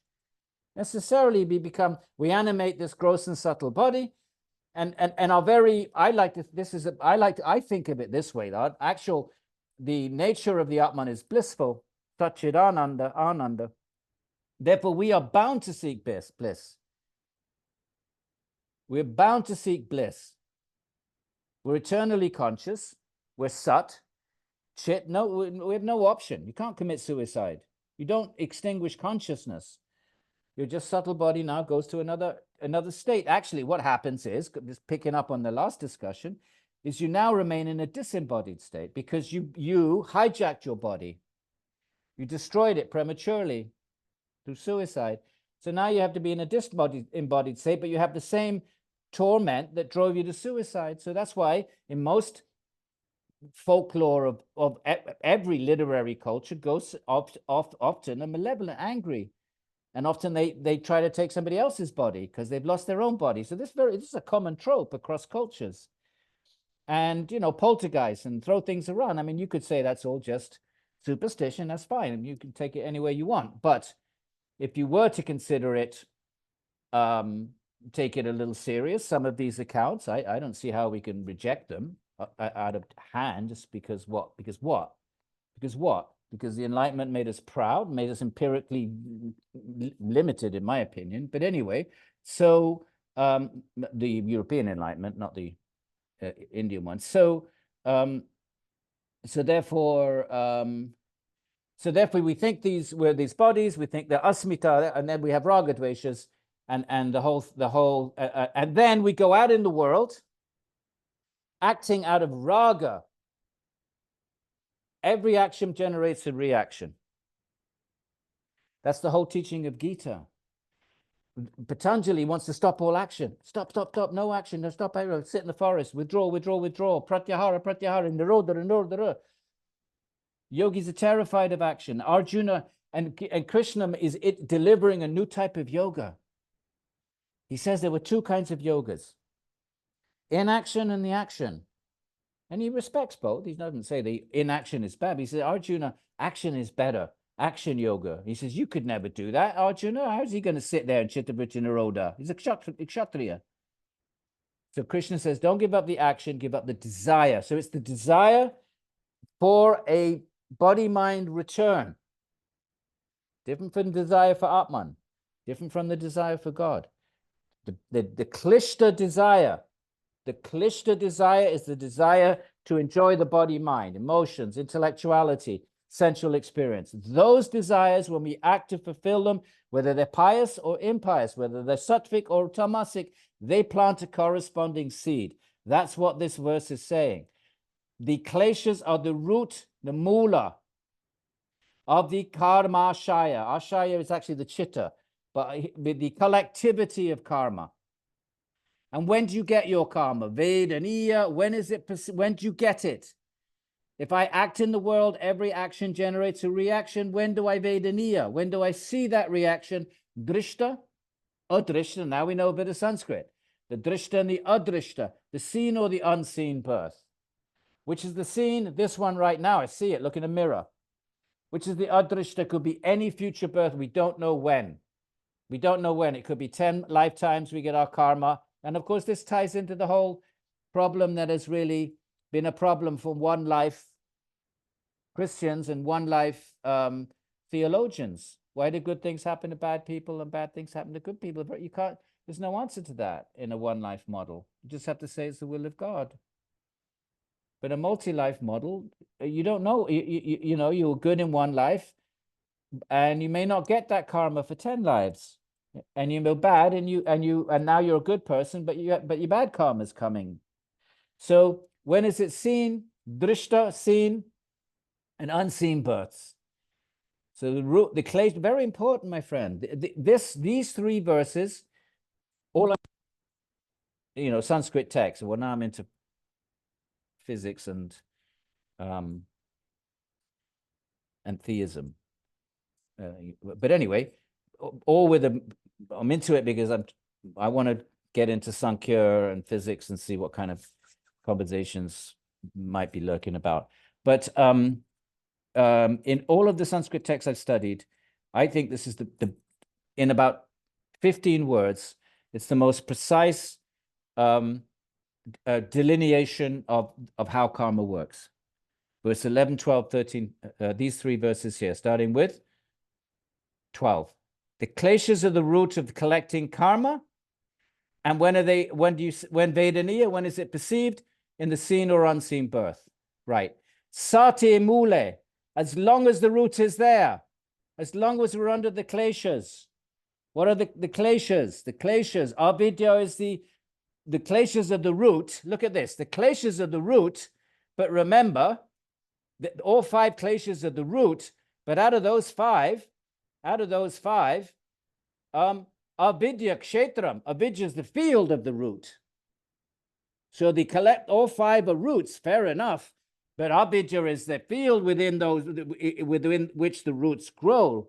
So avidya is really what we want to get rid of. How do we get rid of it? How do we get rid of our avidya? My friends, vidya. Where do we get vidya from? Knowledge. Here.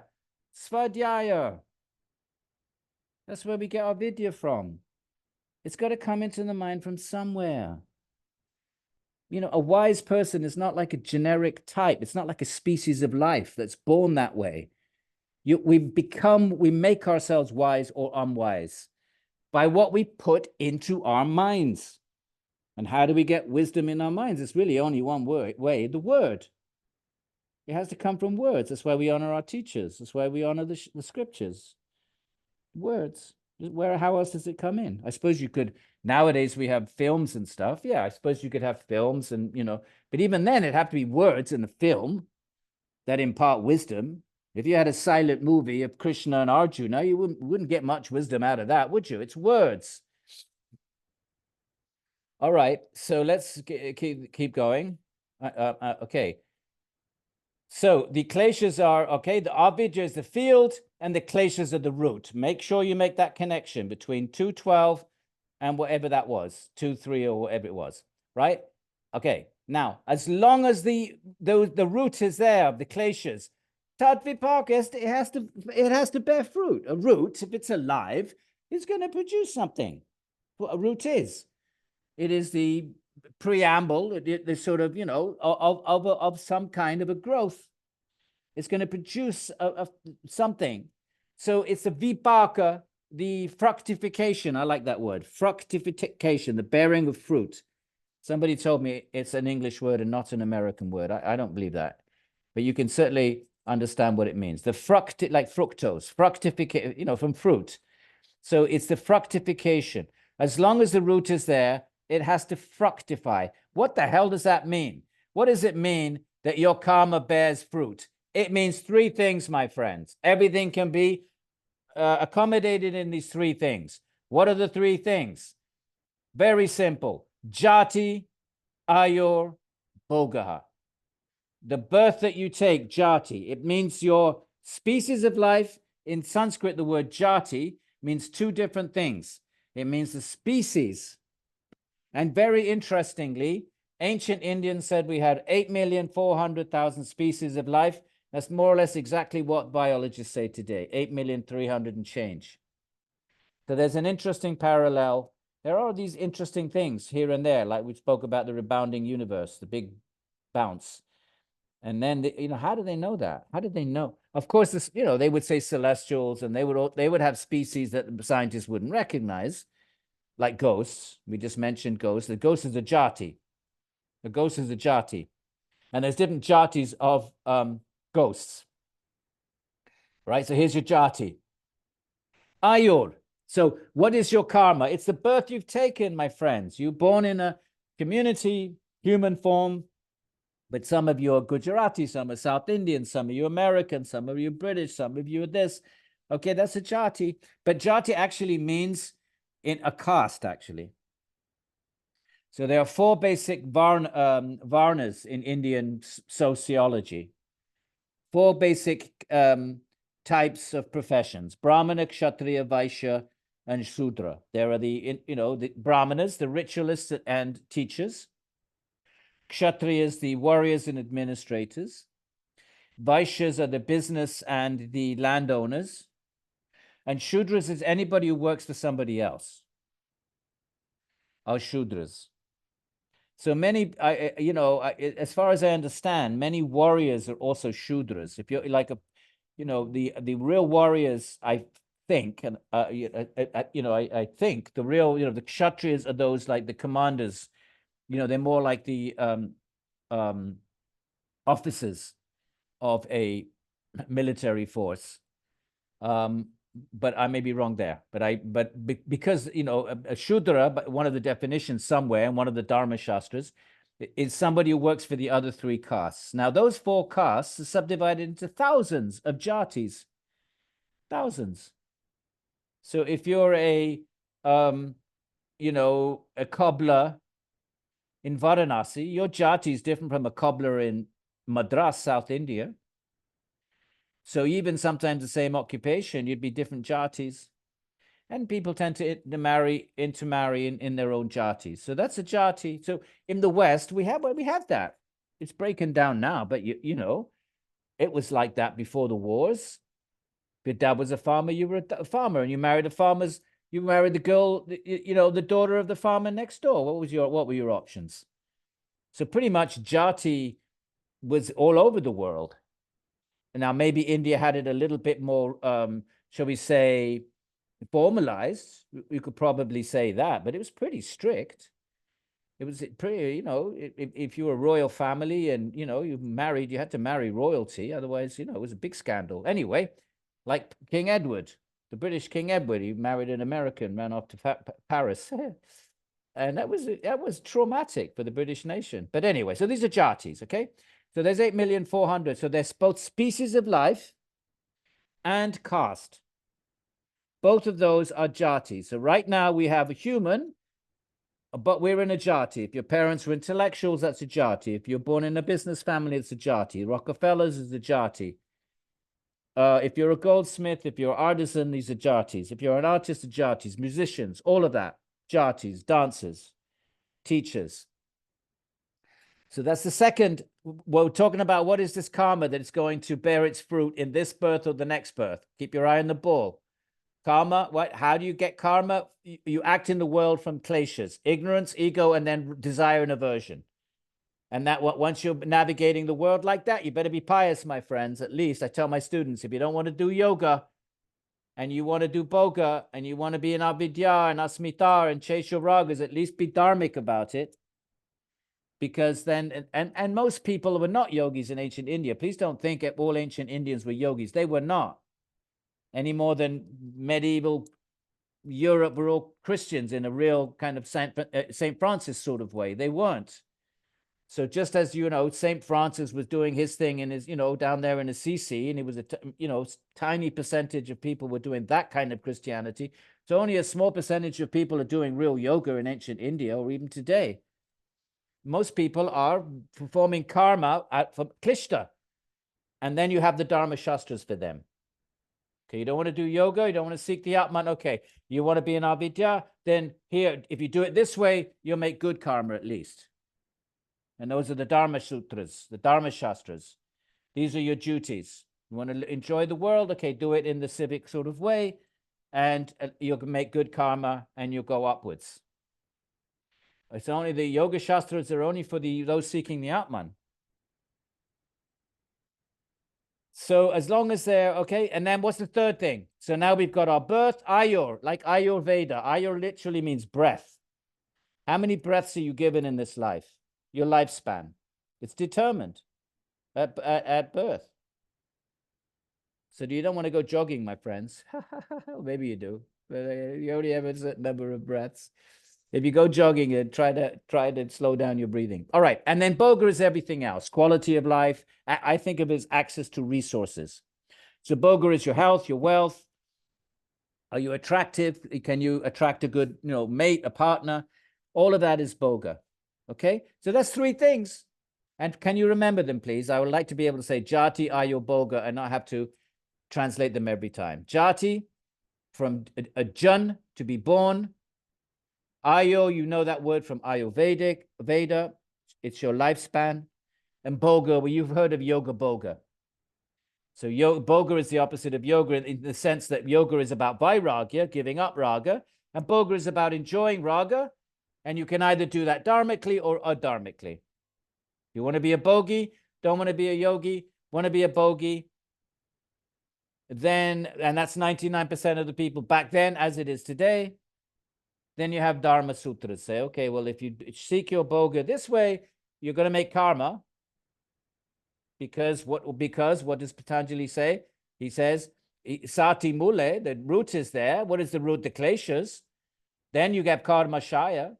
So if you wanted to take that path, okay, I'm not going to give up my kleshas. I'm not going to give up my ragas. I have my attachments.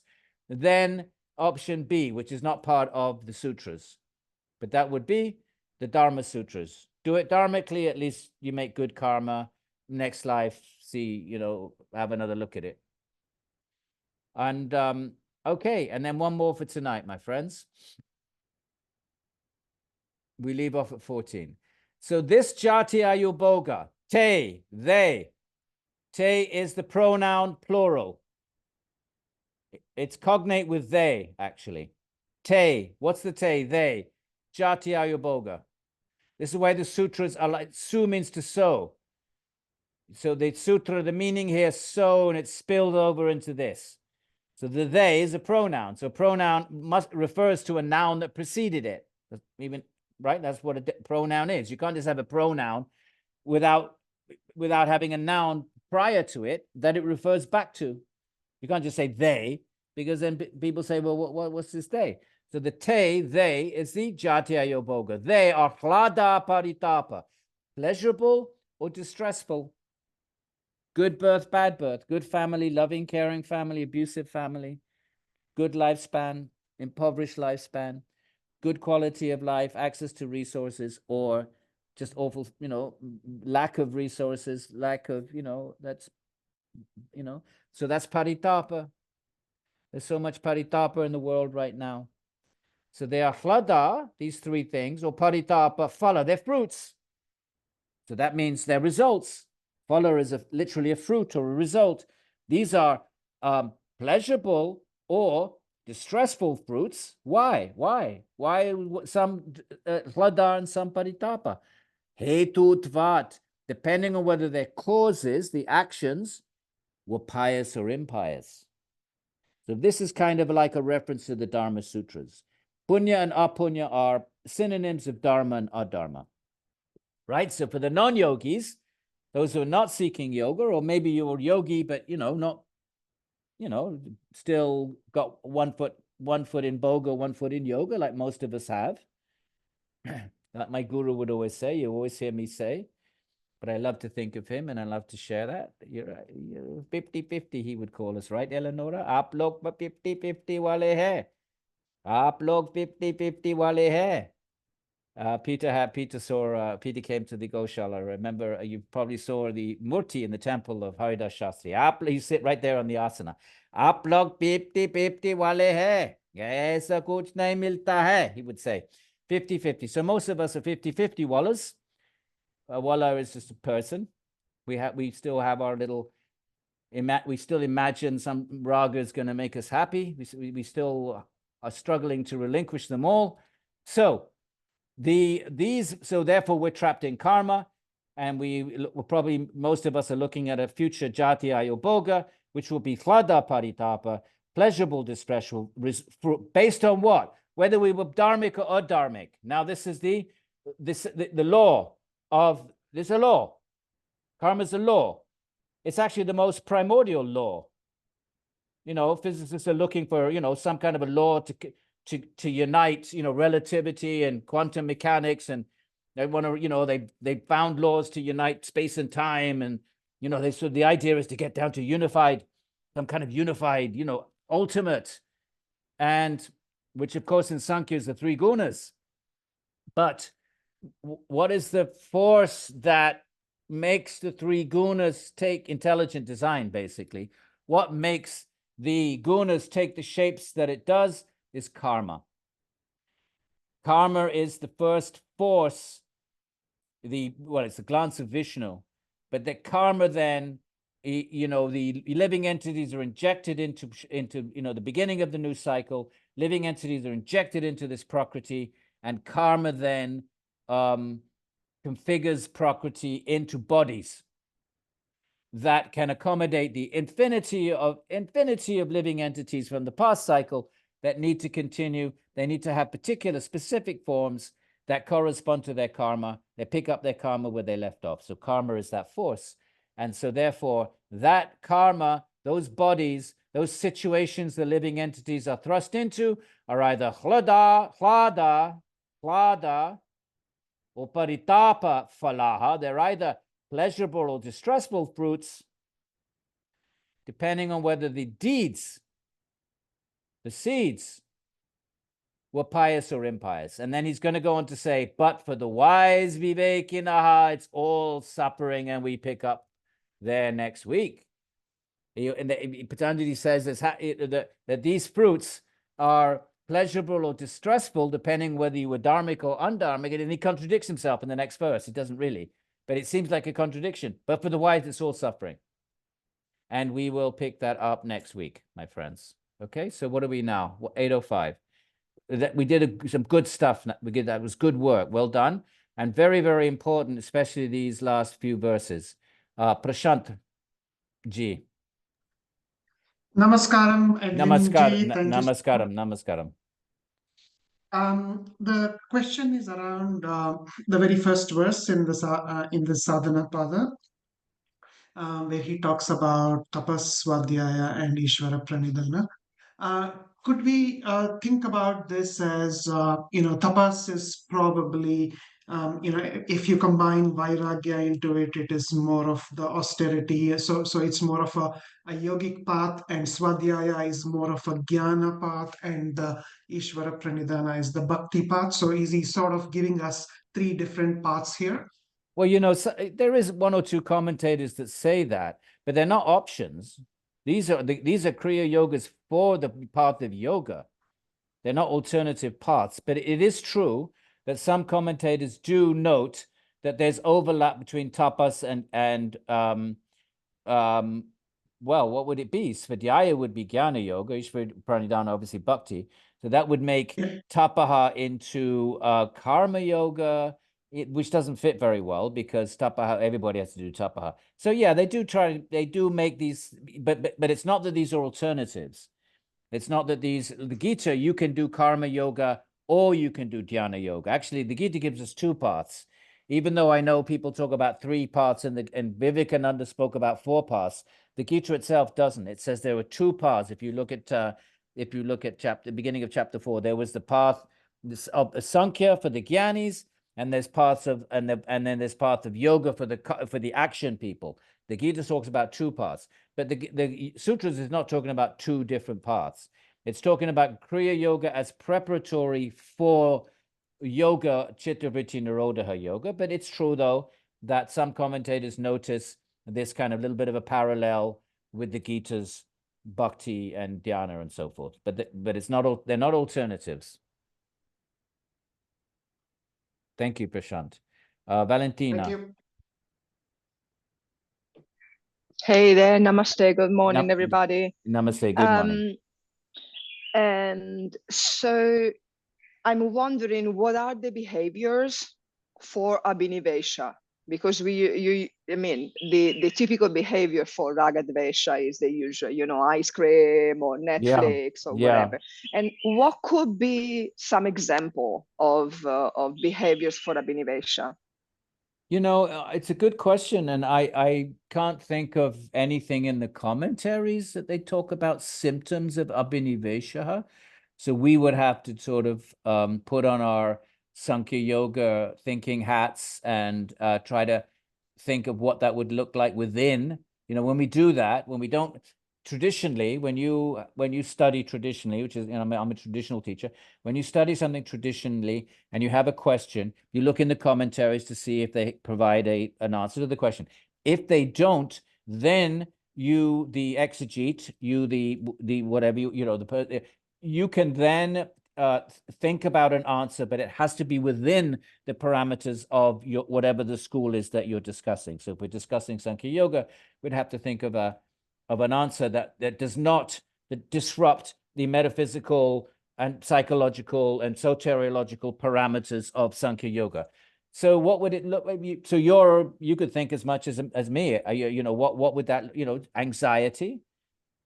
And anxiety that may not necessarily be directly connected with fear of death, but that fear of death, because it's latent, remember, it's svarasavahi. It's so, but it's there and it's putting pressure, which may actually surface in the conscious mind in different sorts of ways, which might be even irrational behavior. I don't know. I'm not a psychologist, but I wouldn't be surprised, something like that. But if you're looking for an answer in terms of, did the commentators say anything? I can't remember if they did. I don't recall, because if they did, I would have put it in my commentary. But we could have a little think about it. You know, and see what might work. Okay, thank you. You know, like just anxiety, a constant sort of, you know, don't we all? You know, in our own, we all, even the wise do. So surely we all have this sense of temporality, especially as we get older. Death becomes more, you know, we become older. We get warning signs. Our teeth start to separate. We get wrinkles. We get warning signs from nature, which are our friends if we embrace them. We get these warning signs. Death is coming. You know, but you know, there's a lovely story in the Mahabharata, and Yudhisthira Maharaj, you know, the five Pandavas, and they're exiled in the forest. You know the story, right? Some of you know it, but you know, some of you don't.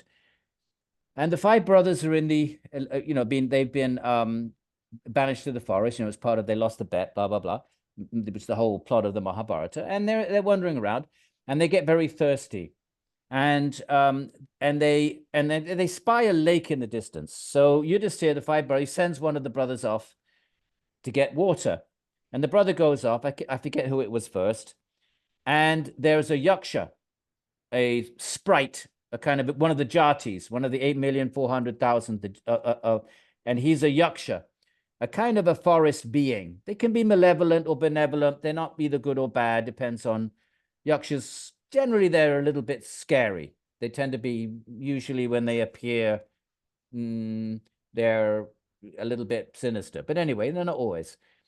So the brothers, you know, goes to get water, and the yaksha says, "Stop! This is my lake. You have to answer my 100 questions, otherwise you cannot drink." And of course, these are proud warriors. You never say that to a warrior. You can never challenge a warrior, because that triggers their ego. So he ignored him, brushed him aside, drank the water, fell down dead. Doesn't come back.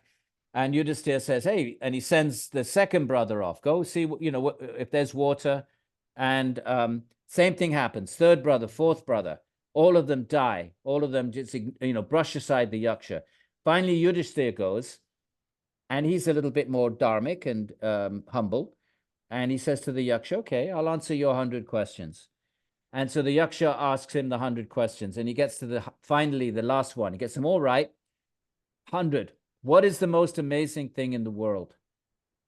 And Yudhisthira replies, the most amazing thing is that even though we see death everywhere, we see our forefathers have died, all creatures died, all that went before us died, yet we don't actually believe we are going to die. This is a manifestation of Abhinivesha also. That we know in principle we're going to die, but we don't think we're going to die today. Even someone on their deathbed, they don't think they're going to die that day. They think they're going to die the next day. So that could also be, another symptom of fear of death is denial. Denial. And we create a culture where it's not cool to talk about death. If you go, the yogis say you should be thinking of death all the time, contemplating death. Buddhist ascetics, they go meditate in the graveyard. The Buddha sent his disciples, go meditate in the burning ghats. But we have, you can't imagine going to a dinner party and all you did was talk about death. Nobody want to sit next to you. Himadri.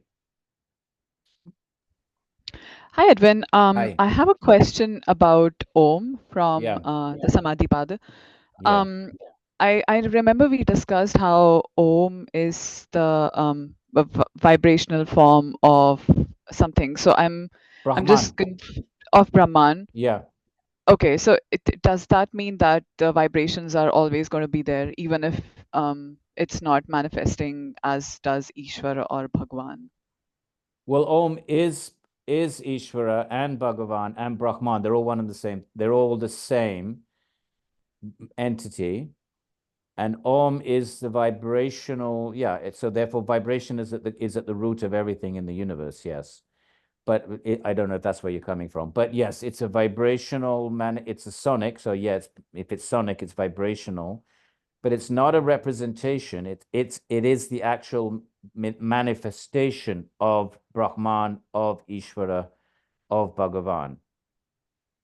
Now, what's the relationship between Brahman, Ishvara, and Bhagavan? That's another question. But all three of them manifest, not that Om they're not signifiers, because a signifier is something that signifies something outside of itself.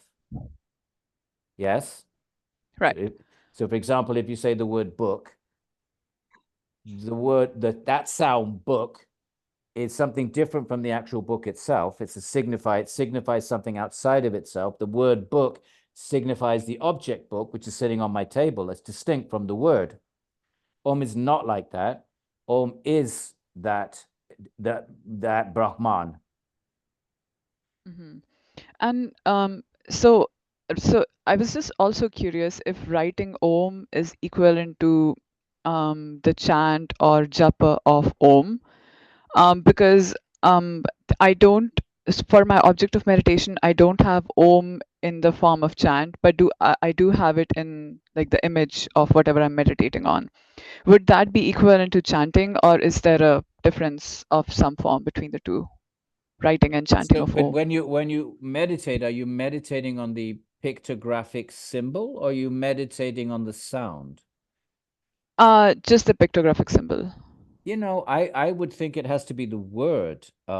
It's a good question, and I have never run into it, so I can't give you an answer from the sort of from the commentaries.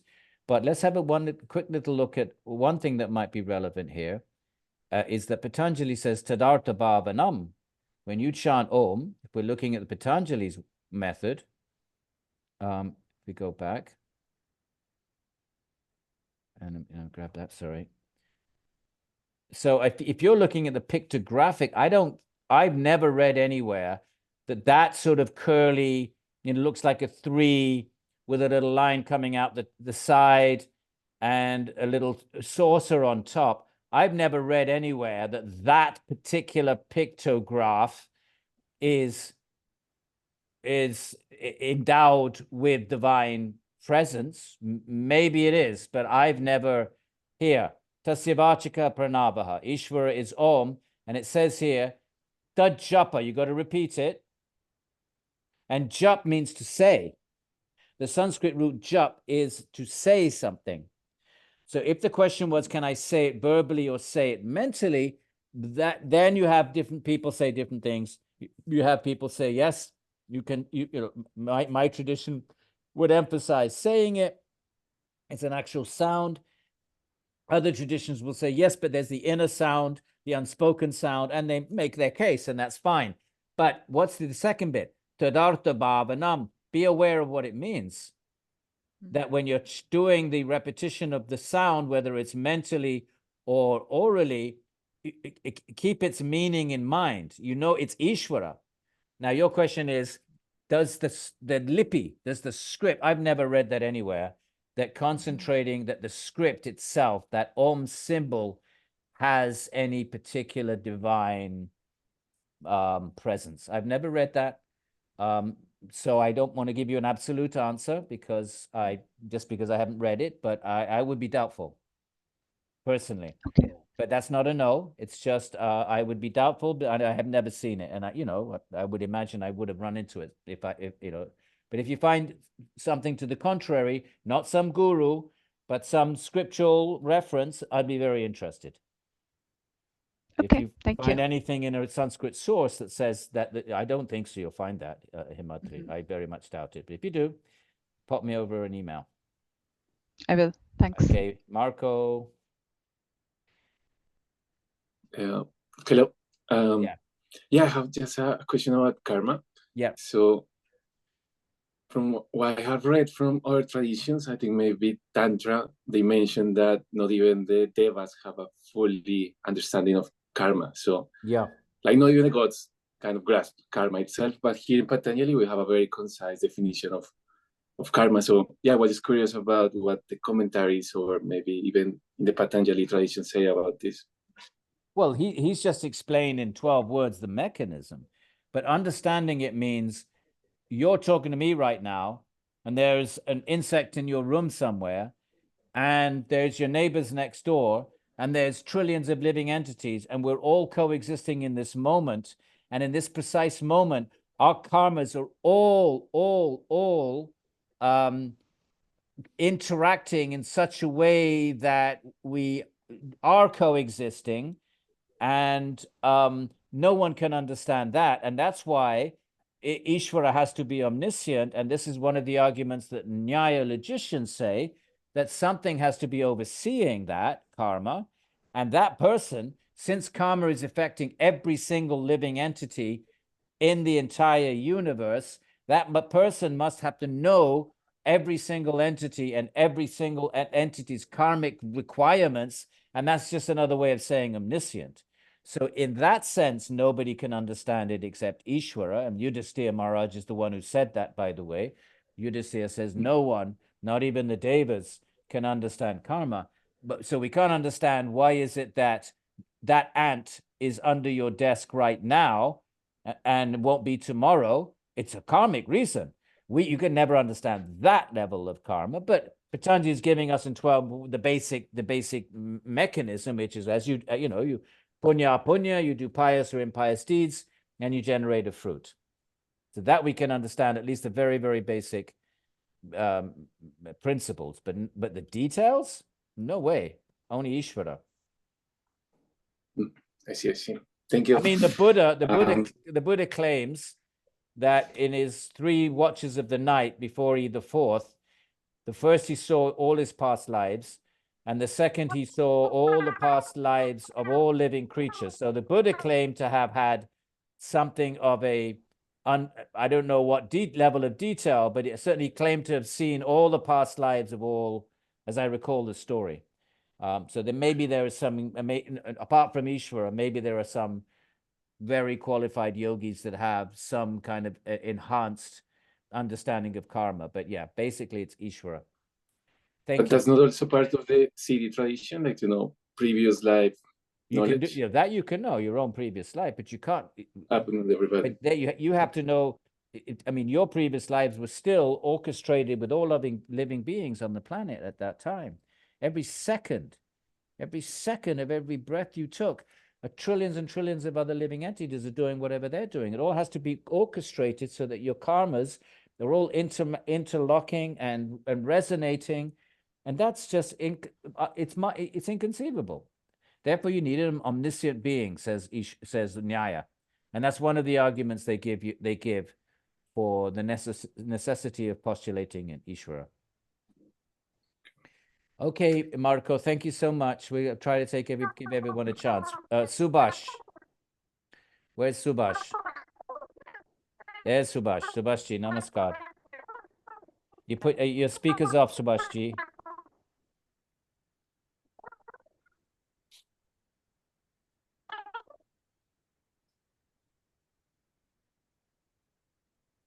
Can you hear me now? Yes, yes, we can hear you now. Yes. I have a question about this Sutra number 3. And while you were explaining Tada Drashtuhu Swarupe Avasthanam, you mentioned that that means that I realize my own true nature. Yeah. So you have equated Drashta with I. Well, there's no I at that point. There isn't an I. No, but I point is, my question, you said that I realize my true nature. yeah. Okay.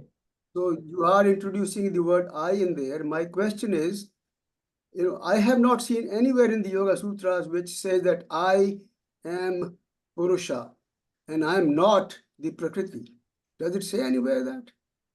Well, you have the definition of asmita, which is the spiya and the darshana shaktis, the instruments of perception, which is the body mind, to think of them as one.